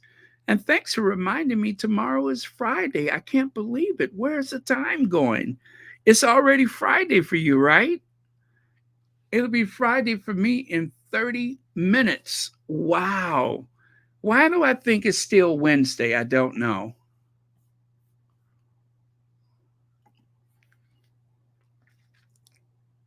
Let me see. Oh, that's a repeat right there. Yeah, when they went to that food bank, they stayed for 50 minutes. And there were 9 cameras. That's what I read. There were 9 cameras, including videographer, and they stayed for 50 minutes and then they left. It was a shameless photo op, and nobody says anything. If they went once a week to volunteer, right? But they're not going to do that. They're going to say that they're so stretched, but there's no reason why they cannot pick a place to go to every week and spend as much time as the rest of the volunteers. Not go to bring awareness. They're good about awareness, but just go and work. Go and work. They're not going to do that. They're not going to put in a day like other people. They will show up with the cameras and then they leave, just like William and the guys selling those magazines on the street. I remember when photos of William was leaked on the internet, and I said, he's only doing that for his birthday. And sure enough, there was because there was a guy in the background with a professional camera. This was not a tourist that took a picture of him. This was a professional photographer. And then he was there for his birthday. And he only ever went back recently because of Endgame. Once Endgame came out, then William went back to that same person and did the same thing, selling magazines for about 10 minutes. And then he hopped back into his Range Rover. And remember, William was wearing an Omega or Rolex watch. William was wearing a Rolex and selling magazines on the corner. That watch was as big as my first apartment, and that's what he had on his arm, selling magazines. The king rejects cut price coronation in favor of glorious pomp and pageantry.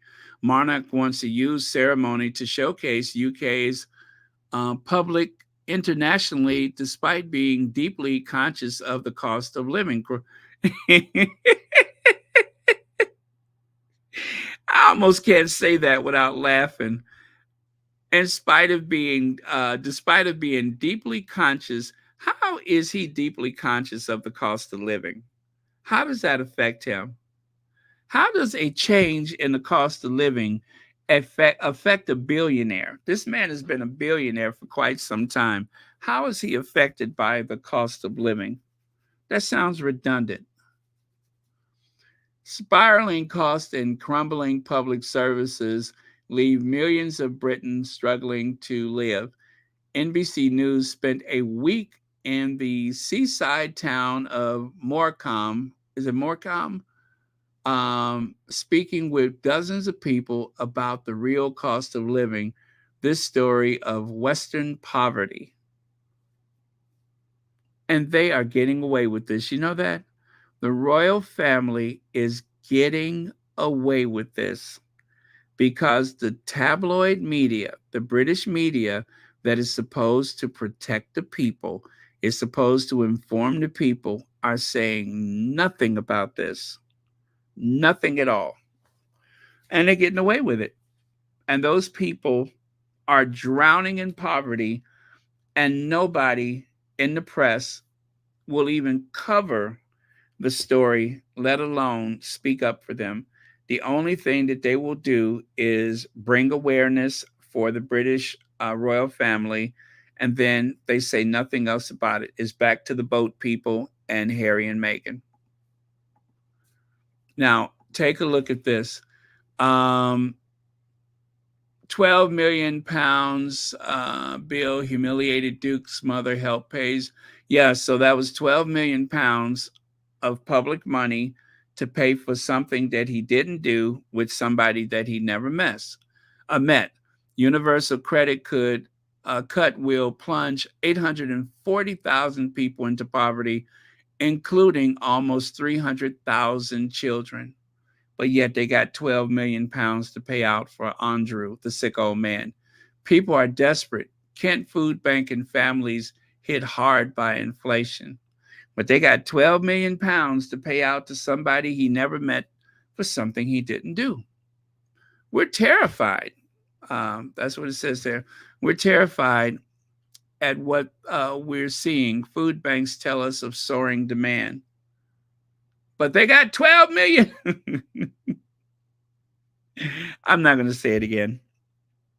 But take a look on the right side. The same kind of people that vote for the Tories are the same people that vote for the Republicans here in the U.S.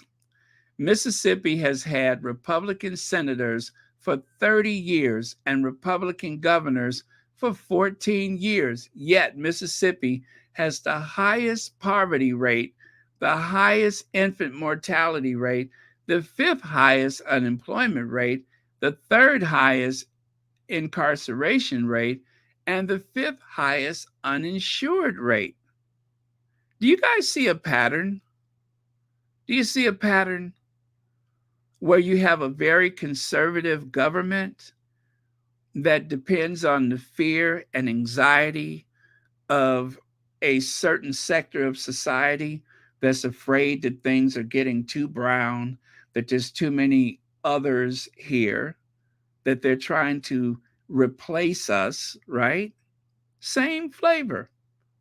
And yet, those conservatives that they're voting for are keeping them poor, sick, or incarcerated, unemployed, and a high infant mortality rate. Welcome to Mississippi. Most of our poorest states are red states. I don't care how much they talk about the blue states. The blue states is where the money is. And Florida is increasingly becoming a blue state again. Texas eventually is going to become a blue state. That's where the money is. And the poorest states like Kentucky, Arkansas, Mississippi, Alabama, that is where they're all Republican all the time. Ooh, they can't get enough Republicans. And yet the Republicans keep them hungry, malnourished, sick, and everything else.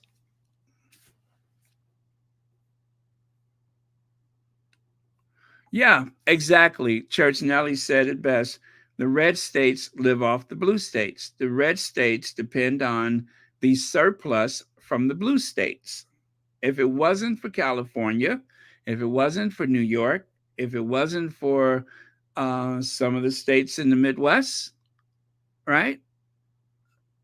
They'd be crying like a rat eating onions. If things would be that much worse. And the biggest, one of the big money makers in Florida is Disney. And you know what direction they vote?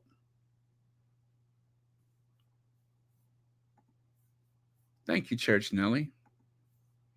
So, William's secret booze bender. Well, maybe he's not the only one. Isn't it interesting how alcohol just keeps coming up?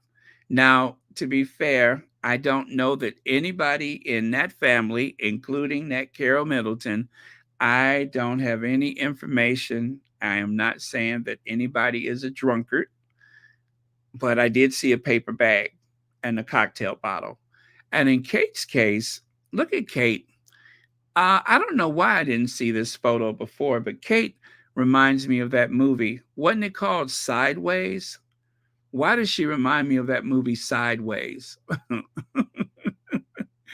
hey, um,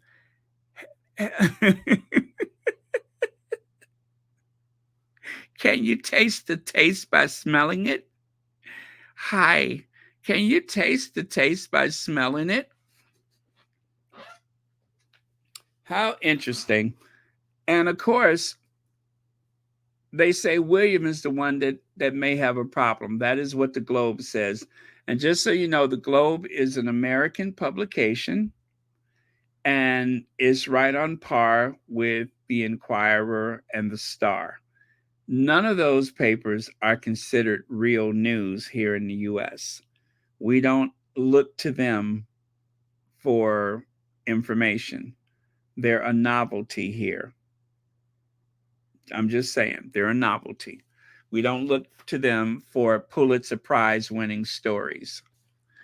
Leg says, Gumby had too much. Where's Pokey? Isn't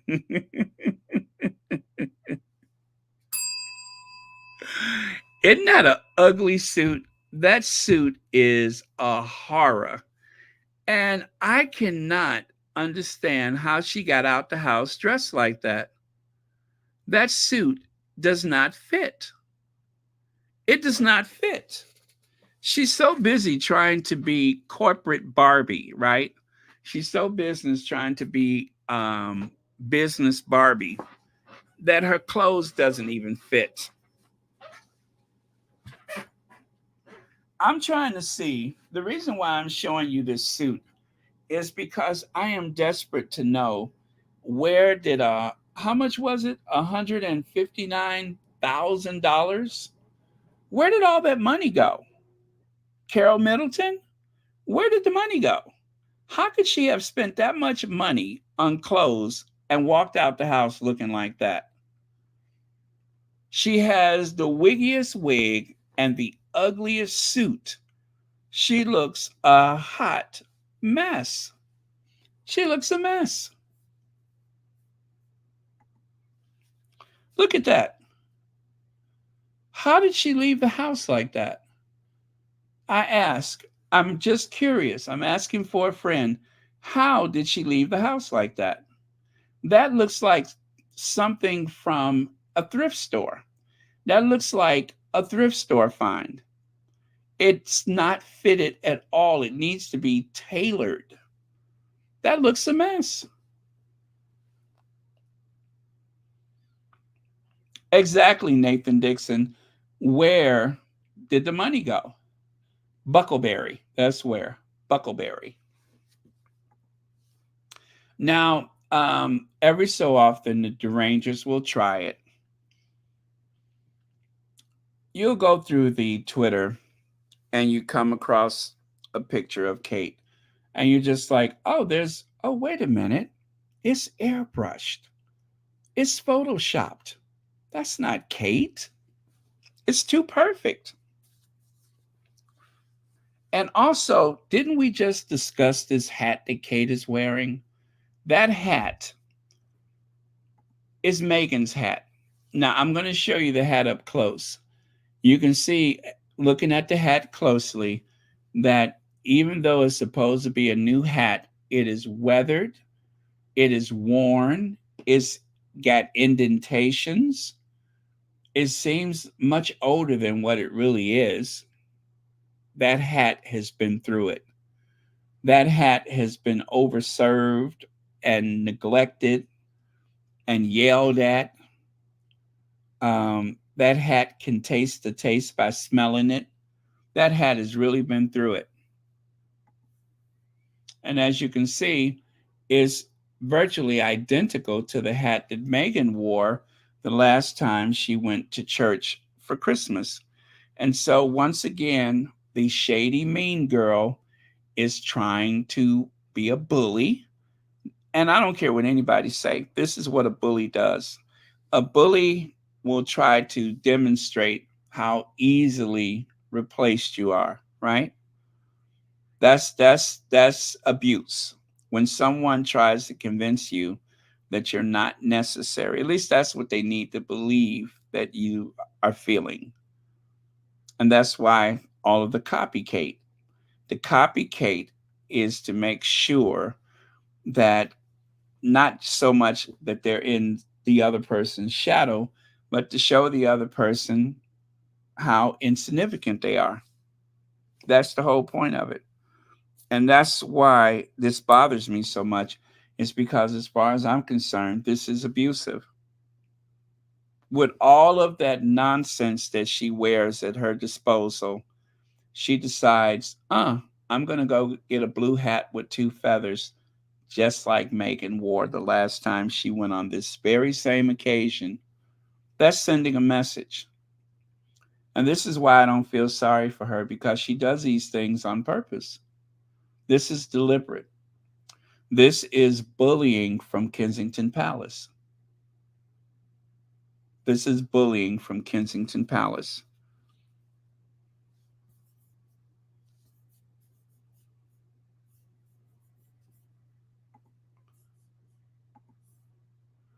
So let's close today looking at the philanthropy of the Sussexes. Okay, we will finish with that today. Like, for instance, actually, I still got, I think I got about 7 more slides. So, where are we here? Prince Harry and Meghan Markle donate to their town Christmas parade. Prince Harry and Meghan Markle donate to the World Central Kitchen run by Chef Jose Andrea via the Archwell Foundation. Prince Harry and Meghan Markle sent food to the King Center volunteers on MLK Day. Prince Harry and Meghan Markle sunshine Harlem for book reading. Harry and Meghan champion paid leave in holiday donation. Let's see. The Sussexes chow down on comfort food in Harlem and donate $25,000. I believe that was at Melba's, right? And what else I'm looking at here? Let me see. Announced. Okay, that was for the Invictus game. Prince Harry aids to raise close to aids. Okay, yeah, 3.5 million for charity polo match. Okay, that was the Centabale, I think it was, or was that for the AIDS Foundation? Okay, and Meghan celebrates 40th birthday with mentorship for women re-entering the workforce. Okay, that was 40 by 40, right? These are kind of small, but she wrote a letter to the senators. They donated to the Afghan women charity. That was a long time ago, not the recent one. Let me see. They promoted vaccine equity. Prince Harry and Meghan say they stand with Ukraine in defiance of Russian statement. What else? G20. Okay. Meghan gives out $25 Starbucks gift cards. Remember that? She gave the people working on that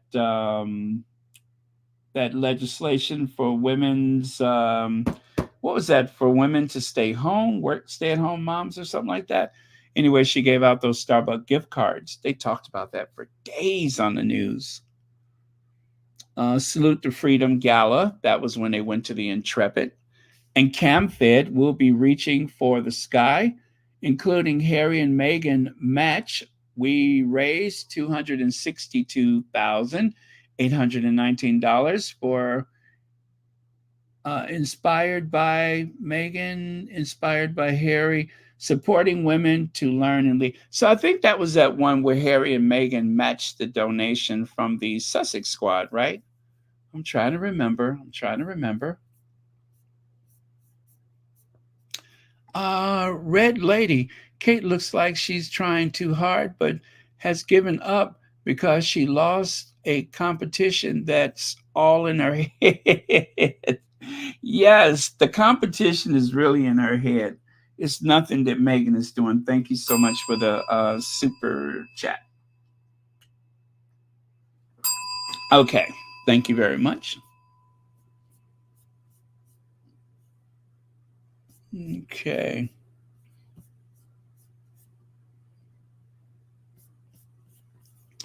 Okay, so I think I'm finished with did I do that? Okay. There's this.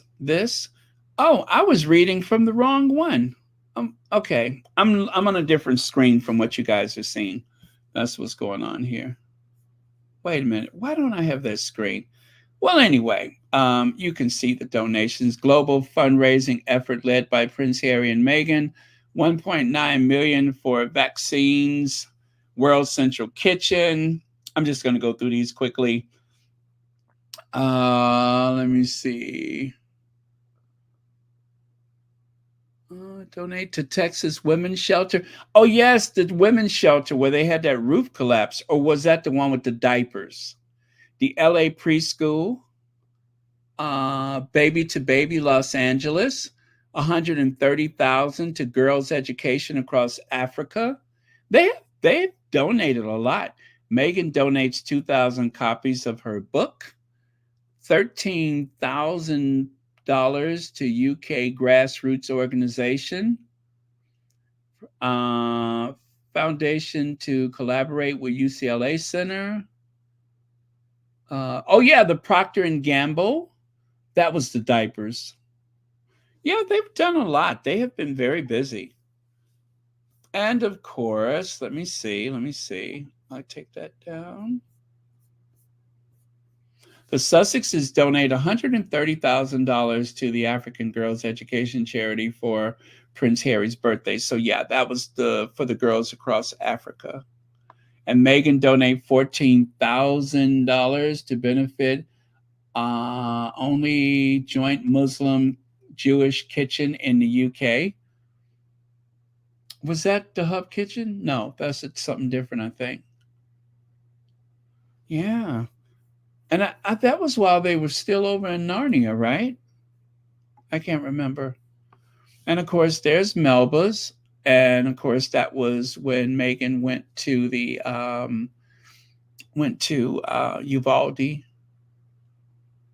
Meghan Markle donates the winnings from her legal battle with Associated Newspapers to charity, says a spokesperson.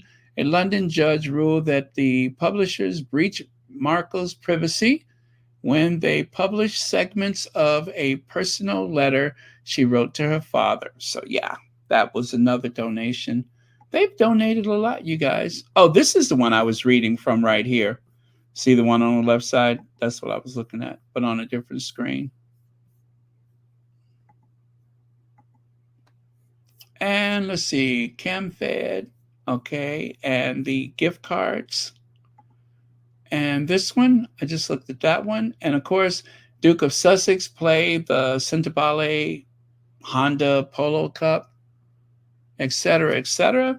So yes, they have been very busy, you guys. And then let us not forget their day jobs. Well, wait, no, the elephants, Meghan didn't get paid for that one. And Me You Can't See, Harry did that with Oprah. I don't know if there was pay involved with that.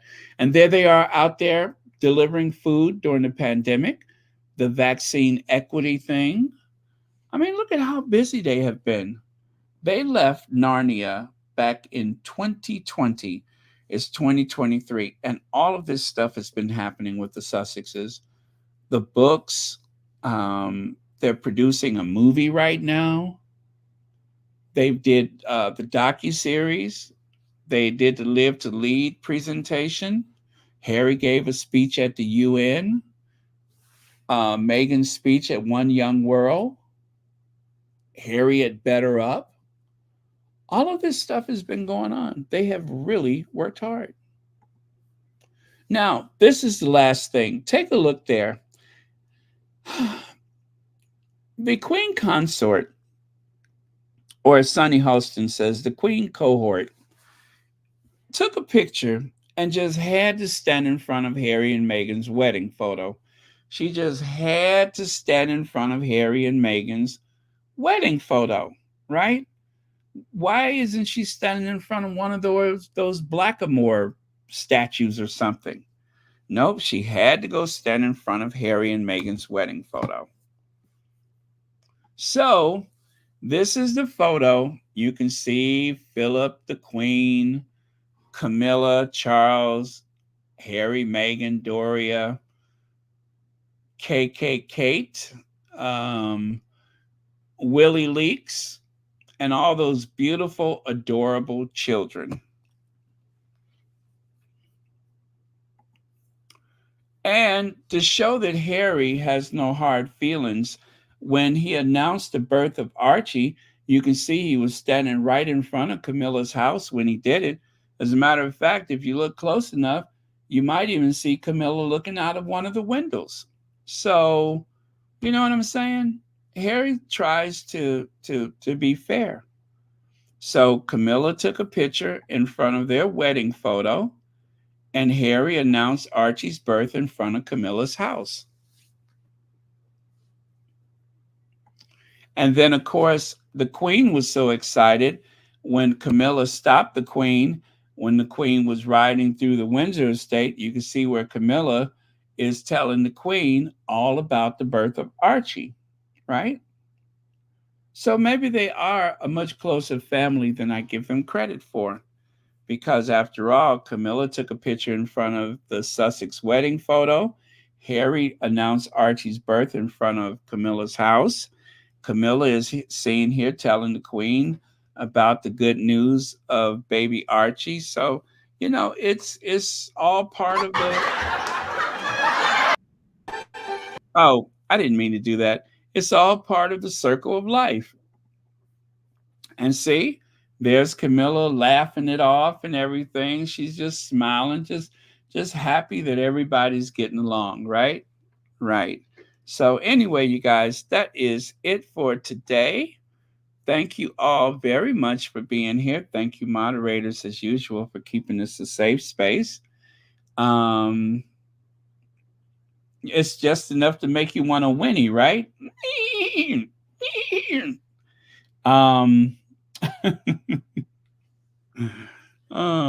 The shade. You guys, I did not mean to go 3 hours today. I don't know how that happened. What in the world was I talking about? I ask that question every day. But in the meantime, as the Duchess of Sussex would say, no bad energy. And as I always say, remember, our queens are watching over our prince and princess. So we don't need to worry. Plus, we have all of these Sussex grandmothers praying for them. The Sussex squad grannies are praying for the Sussexes. The ancestors are praying for the Sussexes. So they are going to be A-okay, right? We will push back when necessary. Of course, we're going to try to avoid those blue check marks. And as I always say, don't make it personal. If you do have to tell somebody a thing or two, try not to make it personal, because that's how you get kicked off of social media, or in my case, demonetized or something. So we don't want to do that. And what else do we have here? Thank you very much, Elaine Parker and Mamie Ricks. Legs. Audrey Teschner, legs, and Red Lady. Thank you all for your super chats and or super stickers. Thank you all for your memberships. Those are very important to Royal Sussex. And with that, you guys, I am going to bid you all a fond farewell and good night. I will see you all tomorrow. Oh, wait a minute. What's that? Did Byline Times just put out a new info on the Daily Fail? Let me check. Let me check. Let me check.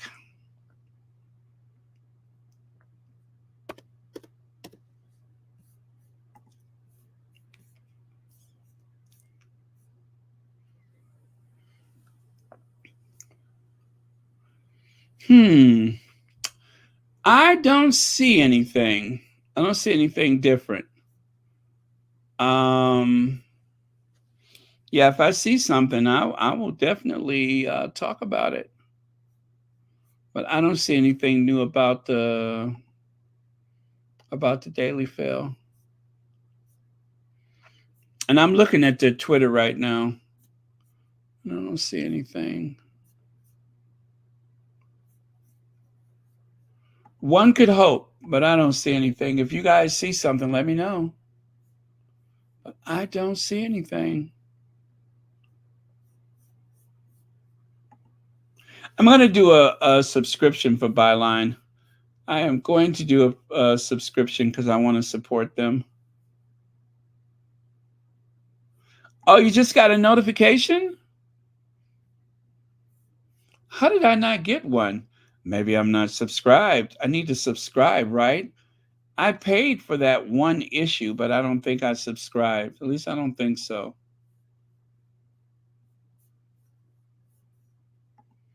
Wow, I want to see it.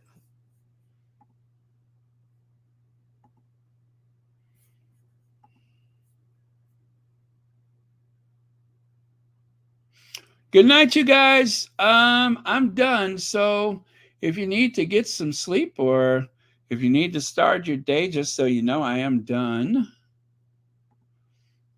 Let me see here. I don't see anything Byline.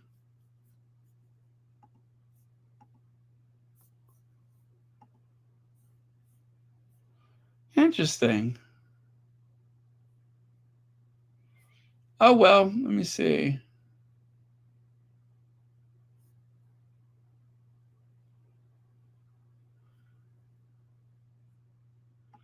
So Suzuki says, just sent out a notification from Byline Times that Prince Harry is set to win court case with Mail Online. I just got a notification. Huh. Interesting. Well, I am nosy AF. I want to see it too.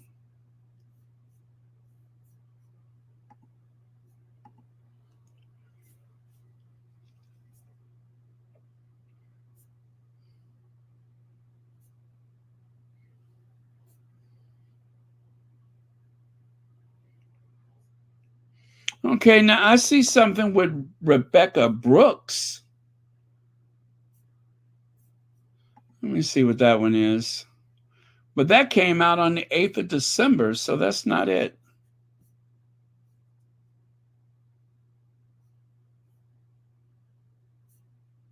Huh. Well, it'll come to me when the time is right, right?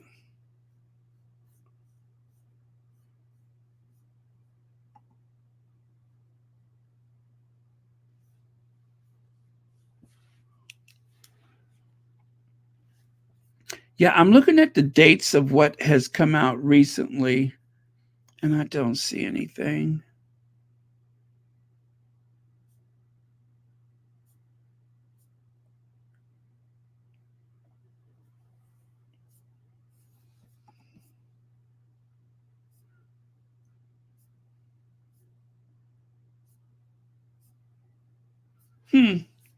Yep, nothing.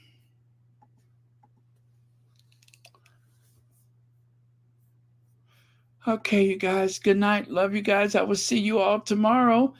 I'm going to cue the Ginger Avenger. And Oh, this rain is making me so tired, you guys. It's got to stop raining. It's been raining for 2 days and I'm sick of it. Do you hear me? Sick. I'm just sick of it. Anyway, good night, guys.